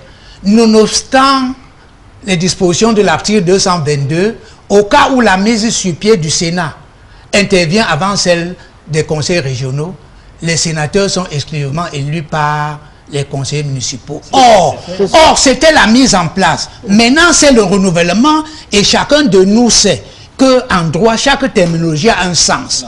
Le renouvellement est différent de la mise en place. C'est pour ça que le législateur a bien pris soin de renvoyer les dispositions de l'article 242 à l'application de celle de 222. D'accord. Pour le piège, ce Sénat sera mal élu. Justement, vous permettez, M. Sambaka, vous avez la parole. Oui, je dois dire quelque chose qui est fondamental. Oui, bien sûr. Je ne vais pas faire de commentaires sur les candidats du RDPC parce qu'ils ne sont pas sur ce plateau. Mais ce que je dois dire, c'est que la perception que les gens ont de ces élections est une perception qui est fausse. Nous ne sommes plus dans la colonisation. Les conseillers municipaux vont sous la bannière d'un parti politique, gagnent des mairies. Mais leur rôle, c'est de s'occuper de toute la population de cette commune. La question fondamentale dans ces élections sénatoriales, c'est que le conseiller municipal a fait quoi par rapport aux populations? Quel est le pouvoir qu'il a eu? Quel est le moyen qu'il a eu pour que les populations se sentent à l'aise? Ce n'est pas de choisir les pontes du pouvoir pour être sénateur. Non, l'enjeu n'est pas là. Et le signal que les conseillers municipaux, c'est-à-dire les conseillers de tous les Camerounais, de toutes les communes, ont à donner, c'est est-ce qu'ils ont été satisfaits du travail qu'ils ont fait? Est-ce que dans la compétition sénatoriale qui annonce un nouveau Cameroun, qui annonce une nouvelle commune, une commune de développement qui se met en action, est-ce que ce programme, nous l'avons ou bien c'est quelqu'un d'autre qui l'a? Et si c'est quelqu'un d'autre qui l'a, je ne vois pas pourquoi un conseiller municipal qui veut le bien de ses populations ne dira pas à son propre parti, voilà là où se trouve le programme, et je le signale, c'est un signal fort. Donc quand on vient en politique, on ne vient pas en politique pour trouver que le terrain est nu et on l'occupe. On vient trouver des adversaires politiques. Et dans le cas d'espèce, le RDPC est le principal adversaire politique. À partir de ce moment, comment voulez-vous que demain change si nous ne changeons pas l'ordre des choses? C'est-à-dire que si les conseillers municipaux du RDPC ne comprennent pas qu'aujourd'hui ils n'ont pas pu assumer leur rôle. Ils n'ont même pas vu les sénateurs qui étaient des leurs pendant leur mandature. Donc, à partir de ce moment-là, on va voter quoi? On va voter comme des animaux ou bien on va voter comme des gens qui veulent le développement de leur commune. C'est la raison principale pour laquelle je défie quiconque ait réfléchi sur la commune et est en train de proposer un programme qui est meilleur que le mien. C'est la raison pour laquelle je me sens à l'aise pour parler de programme et pour dire que demain, les sénateurs et les conseillers municipaux seront des partenaires parties prenantes au développement local. Et cela va se faire. Et cela peut se faire dans le cadre, n'est-ce pas, d'un mieux vivre, d'un vivre ensemble. Mais on ne peut pas être conseiller municipal pour être conseiller municipal pour venir vader le budget et tout. Non, on a demain, les conseillers municipaux avec le cadre de la décentralisation vont être des hommes d'action sur le terrain. Et il faut qu'ils en prennent conscience. Et s'ils veulent que demain soit comme ça, ils doivent donc aller le 25 voter pour un programme qui montre que on va booster nos communes et nos communes vont devenir des communes de développement. Donc c'est sur ce point-là que moi je voudrais discuter avec les concurrents des autres partis, parce que on pense que parce que le RDPC avait gagné toutes les communes, alors ça veut dire que les conseillers municipaux ne veulent pas le bien-être de leur population pour, cette fois-ci, quand on leur demande, choisir le meilleur programme. Il est traité de godillot. Il est traité de godillot, c'est une insulte à leur endroit. Ça dit voter comme un seul homme, alors qu'ils ont le libre choix de choisir celui qui est au mieux des intérêts de leur mairie. D'accord. Hein? Bonsoir. Quelqu'un peut-il nous dire, ça c'est un conseiller qui écrit, pourquoi ni les listes des candidats, ni la profession de loi des candidats ne sont pas présentés aux conseillers? Oui, c'est justement, je peux répondre rapidement parce que la dernière fois, nous avons une réunion avec le délégué de l'ECAM et puis Madame le ministre oui, qui est venu de Yaoundé. Nous avons eu en face de nous des gens du parti au pouvoir qui pensaient que nous n'avons pas le droit d'entrer dans les communes. Et on a dit, mais où est-ce que nous allons afficher nos professions de foi? Il faut bien que les conseillers municipaux prennent connaissance de ce que nous proposons. Et bon, nous avons eu finalement une entente. On a eu raison. Je dois dire merci au maire de Douala II qui a été la plus compréhensive d'ailleurs ce jour-là. Et nous allons, à partir de lundi, n'est-ce pas? Vous savez, même les bulletins de campagne ne sont sortis que vendredi. Donc nous allons commencer à afficher nos professions de foi et nos programmes par rapport à ces sénatoriales. Merci. Avant votre réaction, on va prendre le professeur. C'est bref, puisque je n'ai pas, comme je le disais, un projet à vendre. Je voudrais quand même essayer d'apporter quelques faisceaux de lumière sur ce qui apparaît. J'étais un peu du clair-obscur dans l'intervention de Maître Manga. Je crois que en dehors du plateau, il y a d'autres qui ont peut-être une science un peu plus poussée que nous. Il est clairement établi que dans les pratiques, les usages, qu'en temps de vide juridique, que les conseillers continuent. C'est de même quand nous n'avons pas le Conseil constitutionnel. La Cour suprême proclamait les résultats. Donc je crois qu'en la matière, en analyse profonde, tant et si longtemps que nous n'aurons pas, que ces structures n'auront pas été mises sur place, les conseillers municipaux valablement vont participer à l'élection des sénateurs. Maintenant, pour revenir sur la brillante intervention du représentant de l'UDC. On va être... Habituez-vous à ce nom.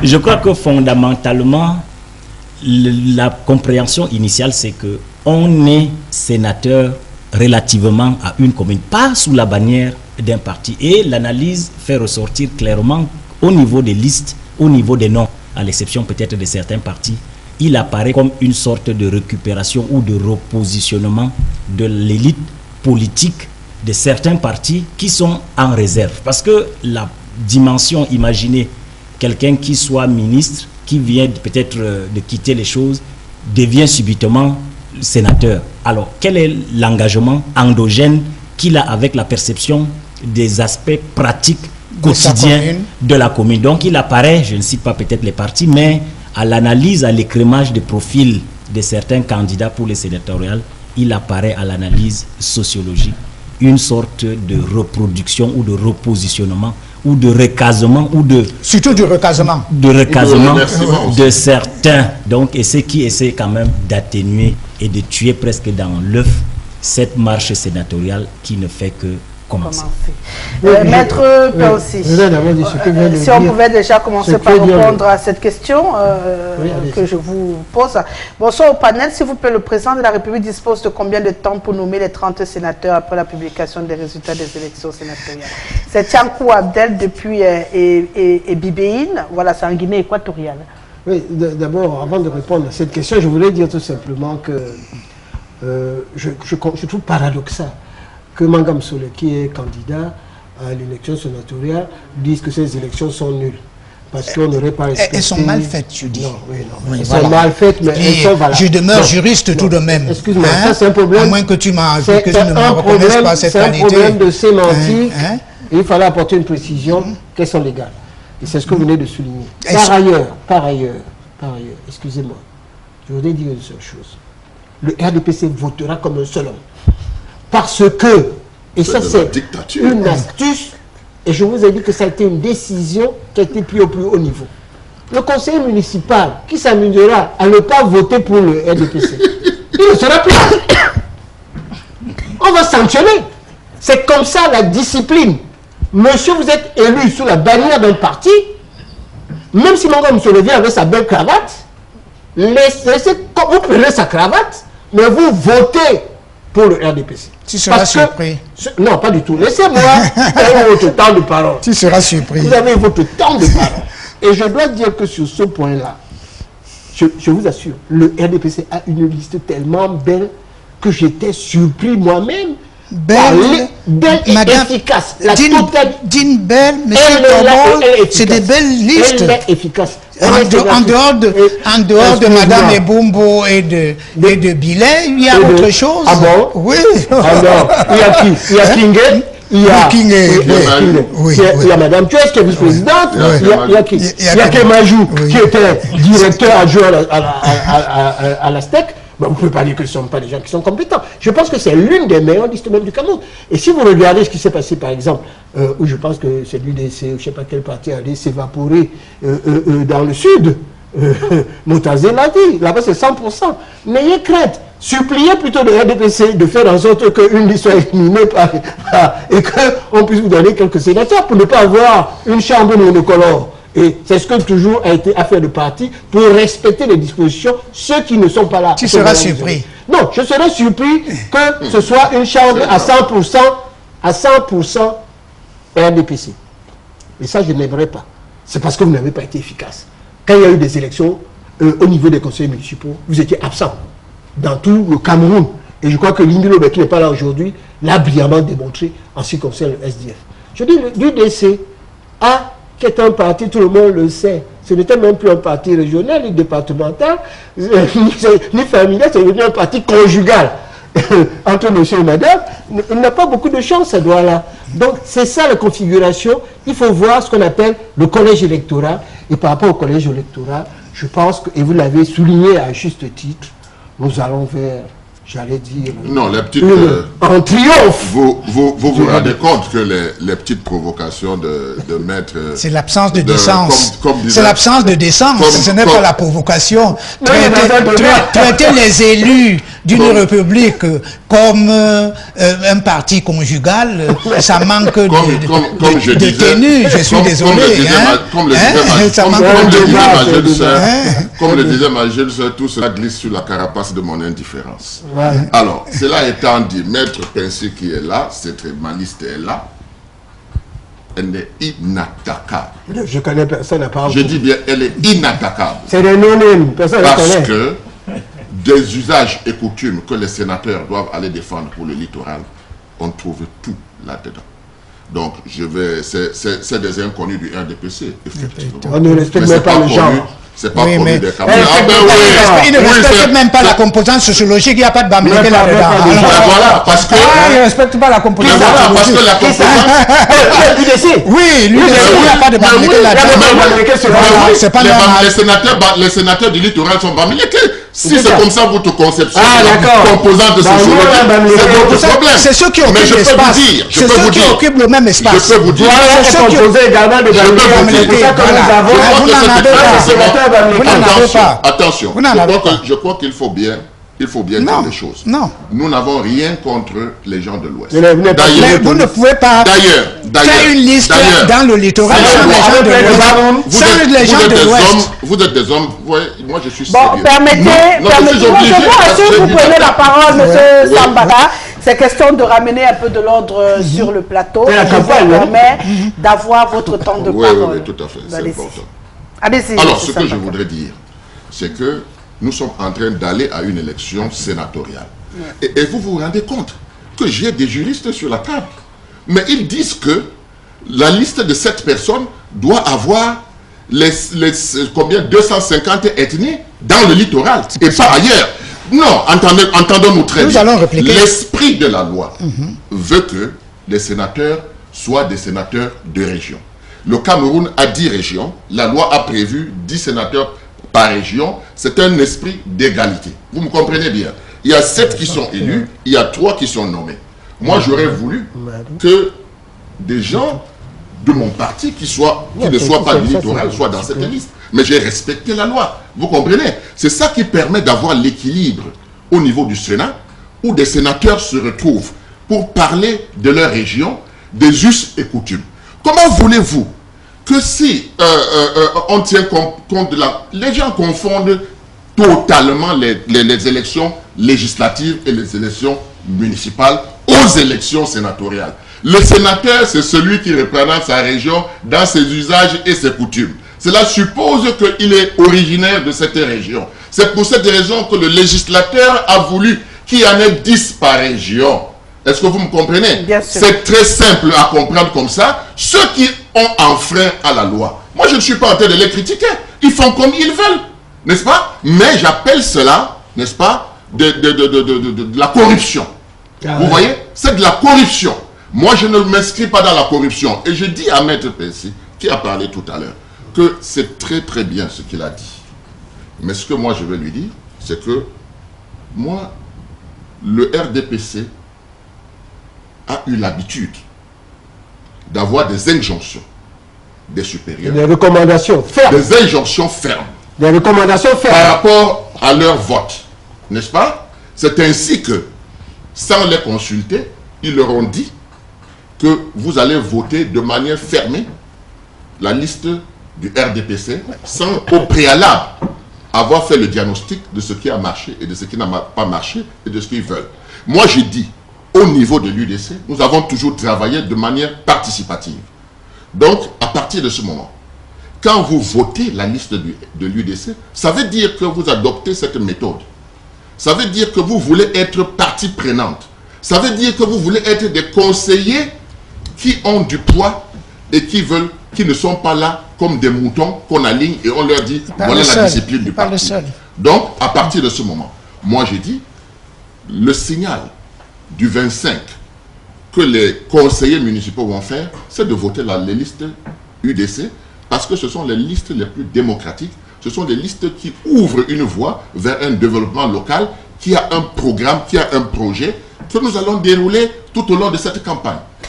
Maître Mangaya, SMS pour vous. Pourquoi la liste du social-démocratique Front à l'Ouest n'est que constituée des Bamileke, alors que nous retrouvons à l'Ouest les Tikars, les Bororo ainsi que les Bamoun et aussi les musulmans? Cette liste également a violé les dispositions portant sur la composante sociologique. C'est une évidence. Mais c'est celle du social-démocratique Front. Oui, oui, elle a violé. Il faut être clair. Il ne faut pas faire de détour. Personne ne peut comprendre que dans le littoral, n'est-ce pas, que le littoral où il y a une composite sociologique. Les Bakoko, les Bamileke, et les Bamileke. Le village, c'est ici? Non, c'est pas ça. Il n'est pas question de ça. Il est question de ce qu'ils occupent tous le même espace sociologique. Ils occupent tous le même espace sociologique. Ce sont les conseillers municipaux et les députés. Ils occupent tous le même espace sociologique et ils ont droit, je vous invite à regarder ce problème de près. Au cadre du respect de la loi sur la composante sociologique, d'être sur toutes les listes des candidats dans le littoral. Elle ne respecte, la liste UDC ne respecte ni le genre, ni la composition sociologique. Le genre. Vous avez deux femmes. Oui. 5 femmes. Non, là. Vous avez mis, vous les avez mis. Il y a 5 femmes. Excusez-moi, vous les avez mis comme. C'est 5 femmes. Non, il y a minimum 2 femmes. Oui, vous avez 2 femmes sur la liste des titulaires. Oui. Et vous avez 3 femmes sur la liste. C'est pour ça qu'on a rejeté. C'est comme ça. Qui ne sert absolument à rien. C'est comme ça que ça se passe, il faut apprendre que c'est comme ça que ça se passe. La critique sur ce point est justifiée. Nous avons 3 femmes dans une tête de liste. Donc toutes les femmes qui sont au conseil municipal, votez pour la liste du RDPC. Et tous les hommes qui sont au conseil municipal, votez pour la liste de l'UDC.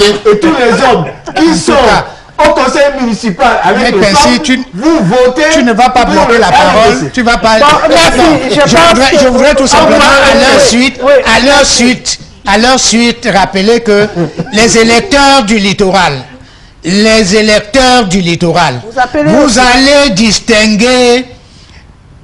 Vous allez faire la distinction entre les bonnes et les mauvaises listes. Attention, le CNC va vous couper. Hein? Entre les bonnes et les mauvaises listes. Le Conseil national de la communication a dit que là... Merci Maître Percy. Je crois que je gère suffisamment les 10 consignes. C'est pourquoi j'ai tout ce monde sur ce plateau aujourd'hui. Vous êtes en train de faire depuis le début de vos prises de parole. Que celle de RDPC. Ne jouons pas avec les mots. Docteur Ngadifna. Oui, disons que le débat assez houleux de tout à l'heure. C'est logique, nous sommes en plein dans. Je m'y attendais un tout petit peu en programmant. Naturellement, sur une autre piste d'analyse. Parce que je crois que il n'a pas d'intérêt. Les élections sénatoriales appellent quand même à un respect minimal des composantes sociologiques de la contrée. Parce qu'il y a une certaine délocalisation. Figurez-vous, c'est un Bamileke qui soit né à Douala, où les parents ont résidé. La géographie s'efface dans la perspective où le monde lui-même devient un village planétaire. Donc il y a un minimum de respect de la composante sociologique. Évidemment, cette composante ne devrait pas donner préséance à des approches allogènes ou tribales. Donc je crois qu'il y a quand même cette dimension fondamentale qu'il faut intégrer, sauf aux candidats de verser dans un repli identitaire exacerbé qui ne ferait pas avancer. Avec les conséquences qui en résulteraient. Avec les conséquences Merci maître d'attendre qu'on vous donne la parole. Il y a un SMS pour vous, Maître Percy.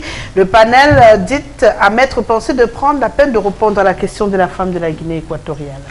Combien de temps le chef de l'État dispose pour nommer les 30 autres sénateurs après les élections? Je pense qu'il le fait après les élections, il ne le fait pas avant. Justement après. Donc, je ne sais pas, c'est quelques jours après.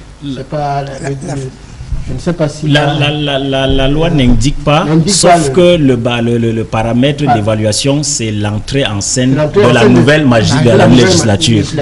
Il y a le temps entre ceux qui sont élus et la nouvelle magistrature. Et le mandat qui commence à courir, puisque c'est 5 ans. C'est le deuxième mardi qui suit. Je ne voudrais pas terminer ce débat. Vous permettez une minute et finir sa phrase. C'est le deuxième mardi après les résultats. D'accord. Oui, je ne voudrais pas terminer sans que nous ne révisions, n'est-ce pas, les choses. Parce que moi, je ne me suis pas engagé dans les élections sénatoriales sans chercher à savoir ce que c'était. Nous n'avons pas de région. On parle des usages et coutumes. Si nous prenons le littoral a 4 départements. Pour mettre les usages et coutumes de ces 4 départements, vous avez déjà dépassé 7 personnes. Vous comprenez? Donc, la justice, l'égalité que la loi elle-même a voulu au niveau de la Constitution, c'est que chaque région doit avoir 10 représentants. Donc, je ne comprends pas comment les gens peuvent... C'est-à-dire que confondre les élections législatives, qui représentent la configuration de la cité, les élections municipales, qui représentent les configurations, et qui ont pris certaines habitudes, à savoir que Douala premier a un maire autochtone, etc., Douala deuxième a un maire allogé. Tout ça, ça concerne les élections directes. Les élections indirectes, que sont les sénatoriales, demandent à chaque région d'envoyer 7 sénateurs élus, 3 nommés, pour aller représenter ces régions dans leurs composantes et dans leurs usages et coutumes. Si nous n'avons pas compris cela, revenons en arrière pour se rendre compte qu'on s'est trompé. Parce que Sambaka n'est pas tribaliste.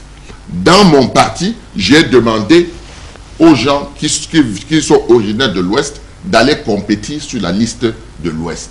Vous avez compris? Donc ce n'est pas une affaire de faire la cour aux conseillers municipaux qui ne sont pas du littoral pour qu'ils sanctionnent ou qu'ils votent votre liste. Il est question tout simplement de mettre sur la table les projets de société que nous proposons à ces conseillers municipaux qui vont voter pour rendre plus dynamique leur conseil. Voilà. D'accord. Bravo, Monsieur Sambaka, pour votre intervention. J'aimerais juste savoir si la législation camerounaise prévoit qu'un sénateur doit être natif de la région. Merci, c'est Nguéan Dongo depuis PK12. Pas 1, 7 élus, 3 nommés. Ben, on demande si... Chaque région a droit à 10. C'est ça l'esprit. Il n'y a pas de question d'obligatoirement. Maître Pincy, nous sommes quand même assez élevés pour comprendre qu'il s'agit bien de cela. Parce que le rôle du sénateur, ce n'est pas le rôle du député. Le rôle du sénateur, c'est de défendre ses usages et coutumes dans sa région. Est-ce que vous comprenez bien? Alors, si on importe les gens pour défendre les coutumes des autres, il y a un dysfonctionnement. La loi a voulu que ce soit 10 par personne. Ça n'a rien à voir de tribal parce que tout le monde se retrouve là-dedans dans ce Sénat. On va prendre la ligne droite pour sortir avec vos dernières prises de parole. Le RDPC souffre vraiment d'un excès de zèle et d'arrogance. Maître Pincy doit comprendre que la logique d'intimidation est l'arme des poltrons. C'est Benoît qui le dit. Non, c'est juste un conseil amical que je donne. Vos conseillers, votez juste pour l'excellente liste du RDPC. Ils comprendront très bien qu'ils ont intérêt à ce que ça se passe ainsi. Jusqu'à ce jour, aucun conseil, tu l'as dit avec force et vigueur. Permettez, maître.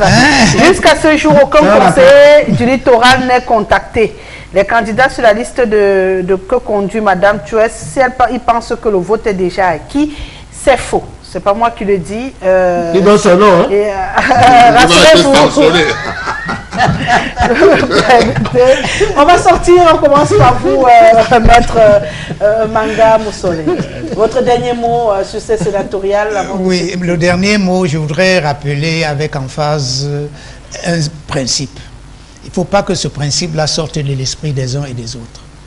Je rappelle que la région du littoral est composée des tribus, les Bamleke, les Douala, les Bakoko qui sont sur quatre départements. Ils sont sur la Sanaga maritime, ils sont sur le Vouri, ils sont sur le Nkam, ils sont sur le Mungu. Il y a les Mbo, il y a les Abo, il y a les Pongo. Voilà. Il y a les Ewoudi qui sont des apparentés Douala. Je n'ai pas cité les autres. Voilà. Et dans une élection correcte, on ne peut pas faire une liste sans tenir compte de la présence des Bamleke dans cette région. Ce serait violer cette disposition-là. Permettez. Claire. Ce serait violer cette composition, cette disposition. Soutenir que chacun a le droit, ça voudrait tout simplement dire que chacun aille être candidat chez lui. C'est ce que ça voudrait dire, aussi simplement. Alors, si l'UDC a droit de citer ici, c'est probablement à tort que Maître Pincy a dit que c'est un parti conjugal. Mais si tous les autres Camerounais ont le droit de citer par ailleurs, n'est-ce pas, c'est que l'objection de Maître Pincy n'est pas justifiée. C'est tout ce que je veux dire. Voyez-vous, on m'a souvent... Non, moi je suis candidat. C'est pas une campagne. Rassurez-vous, vous aurez votre mot de fin. Tout le monde aura son mot de fin. Maître Pincy. Je voulais juste dire que, même tout à l'heure, par rapport à la PIC, je voulais dire à Sam qu'il va se débrouiller avec sa liste. J'espère tout simplement que la défaite ne sera pas très lourde en ce qui le concerne. Mais objectivement, le RDPC n'a jamais eu une liste aussi bonne. Et objectivement, je ne vois pas comment le RDPC peut perdre. Parce que ce sont les électeurs, ce sont les conseillers municipaux, et le RDPC est majoritaire. Donc on va le dire, c'est sans arrogance. C'est la logique même. Bon, maintenant, vous allez draguer les gens pour essayer d'aller leur donner la bière, faire tout ça, ça ne marchera pas. Et je dirais que ce ne doit pas être ça les élections. Vous pouvez faire vos programmes, mais vous ne le ferez que quand vous serez sénateur. Et lorsque vous aurez la majorité au niveau du Sénat, pour l'instant, il faut commencer par gagner. Non, il faut commencer par gagner aux élections municipales. C'est ce que je vous conseille, de mettre la composition sociologique sur les prochaines élections municipales pour avoir une petite chance de pouvoir battre le RDPC, qui est tous les jours sur le terrain. Merci. Monsieur Sambaka. Pourquoi tu le dis? Peut-être qu'il veut l'accompagner, le RDPC. Vous avez votre temps de parole, Maître Manga. Souffrez d'écouter également les autres. Vous savez, très souvent, on a dit pourquoi l'UDC est toujours en avance sur les autres. Voilà encore un exemple. Parce que dans 5 ans, dans 10 ans, vous allez voir qu'on va revenir à ce que je suis en train de dire aujourd'hui. Donc, je suis habitué à écouter des gens qui parlent parce qu'ils pensent que la politique, c'est de draguer les gens. La politique, c'est de tromper les gens. Moi, je fais une politique avec un minimum d'éthique et de morale. Et l'éthique et la morale recommandent que je regarde à travers le territoire camerounais les listes des sénatoriales à travers le Cameroun. Et je m'étonne que là où il manque le respect de la loi, ce n'est que le littoral. Alors je me pose la question de savoir si on le fait exprès dans le littoral parce que le littoral est une minorité et qu'elle a en majorité d'autres ethnies qui sont venues s'installer. Je me pose cette question, mais ça ne va pas m'enlever de la tête l'idée que j'ai du Sénat qui doit préserver les identités des régions, n'est-ce pas, qui doit avoir le juste entre toutes les régions de la répartition des sénateurs. Donc cela étant dit, ce qui est important pour moi aujourd'hui, c'est de faire comprendre à tous les Camerounais qu'il y a des élections qui sont faites pour tous les Camerounais à Douala. Ce sont des élections municipales et les élections législatives. Les élections sénatoriales avec la chambre des chefs traditionnels quand il y aura la région, c'est pour voir si les lois que l'Assemblée nationale envoie sont en conformité avec nos usages et coutumes. Si ce n'est pas le cas, on fait des annotations qu'on renvoie à l'Assemblée nationale pour que l'Assemblée nationale en tienne compte. 100 sénateurs au Cameroun répartis en 10 régions pour que vivent les régions, pour que vivent les usages et coutumes de ces régions qui sont une fierté et qui sont une richesse. Si on ne le comprend pas aujourd'hui, Sambaka aura raison dans 5 ans, dans 10 ans, mais je refuse de ne pas être précurseur quand je suis sur la ligne de la vérité et je refuse que les gens pensent que le dire est être tribaliste. Au contraire, si j'étais dans le marchandage, j'aurais fait une liste comme certains que je refuse de citer en fait, n'est-ce pas, en y mettant des composantes, en se disant que nous avons fait les calculs, les conseillers municipaux les plus nombreux sont tels, donc il faut qu'on mette ça là-dedans. Ça va nous mettre le pays sens dessus, parce que la politique à ce moment-là devient l'opportunisme et la filouterie. Merci, M. Sambaka. On sort avec vous la neutralité même qui aura été au centre de cette discussion sur l'état sénatorial. Effectivement, je voudrais juste me féliciter de la pertinence des thématiques qui ont été abordées. C'est à mettre à l'actif de vos talents de journalistes. Et je voudrais également me féliciter de la manière dont les protagonistes politiques ont vendu leur chapelle politique en croisant le verbe de manière magistrale. Et je voudrais terminer en disant que l'élection, on a l'habitude de le dire en sciences politiques, joue le rôle de systole et de diastole, c'est-à-dire un peu comme les veines et les artères apparaissent au corps humain. Donc les protagonistes dans l'arène et un peu le sens supérieur de l'État que c'est le Cameroun qui doit sortir grandi et donc à l'appel pédagogique de la responsabilité des acteurs politiques impliqués pour que vive le Cameroun. Merci, Dr Ngadifna. Je sors avec peut-être un petit clin d'œil aux candidats. Les opposants au RDPC au sénatorial doivent orienter les débats sur les résultats de la première mandature de notre Sénat. C'est Médio Bissa qui vous donne ce conseil. Merci, Maître Manga Moussolé. Ça a été un plaisir de vous recevoir et j'espère vous avoir dans d'autres éditions de Tout Azimut qui n'auront rien de sénatorial également. Je vous dis chiche. Bien sûr. Merci également à vous, Monsieur Sambaka, d'avoir accepté de vous prêter au jeu. Nous sommes en plein campagne sénatoriale. On respecte ce que nous demande le CNC et j'espère qu'on a passé un bon moment ensemble. Oui, on passe toujours de bons moments ensemble. Le problème a été posé. C'est à la réflexion des candidats, c'est à la réflexion des votants, c'est à la réflexion de tous les Camerounais de voir un peu comment est-ce que le pays a été chapeauté et comment on veut le dévoyer. Et nous disons, nous remettons les choses à leur place. Merci à vous, Maître Pensi, d'être venu apporter cette lumière qui est particulière à vous. Très souvent, lorsque vous venez sur ce plateau, j'aurai encore le bonheur de vous avoir une autre fois. Oui, bien sûr. Je dis à vos téléspectateurs, merci de nous avoir écoutés. Ça a été un excellent débat. Vous avez de bons candidats, mais malheureusement, ils ne peuvent pas gagner. Et je dis vraiment à tous ceux qui sont sur la liste RDPC que je suis très fier de les avoir. Et je demande à tous les Camerounais, enfin tous ceux qui sont les électeurs, les conseillers municipaux, d'aller voter. Merci à vous, Dr Ngadifna. Vous le savez, c'est toujours un plaisir pour moi de vous inviter sur ce plateau. L'audience de votre émission est assez exponentielle, ce qui m'amène à dire félicitations et allez de l'avant à votre équipe managériale.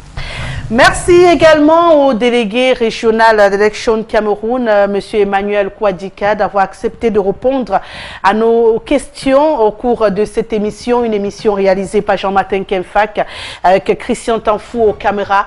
J'aurai le bonheur de vous retrouver samedi prochain pour un autre numéro de Tout Azimut. On parlera encore de sénatorial puisque c'est l'actualité. Bonne suite de programme sur nos antennes.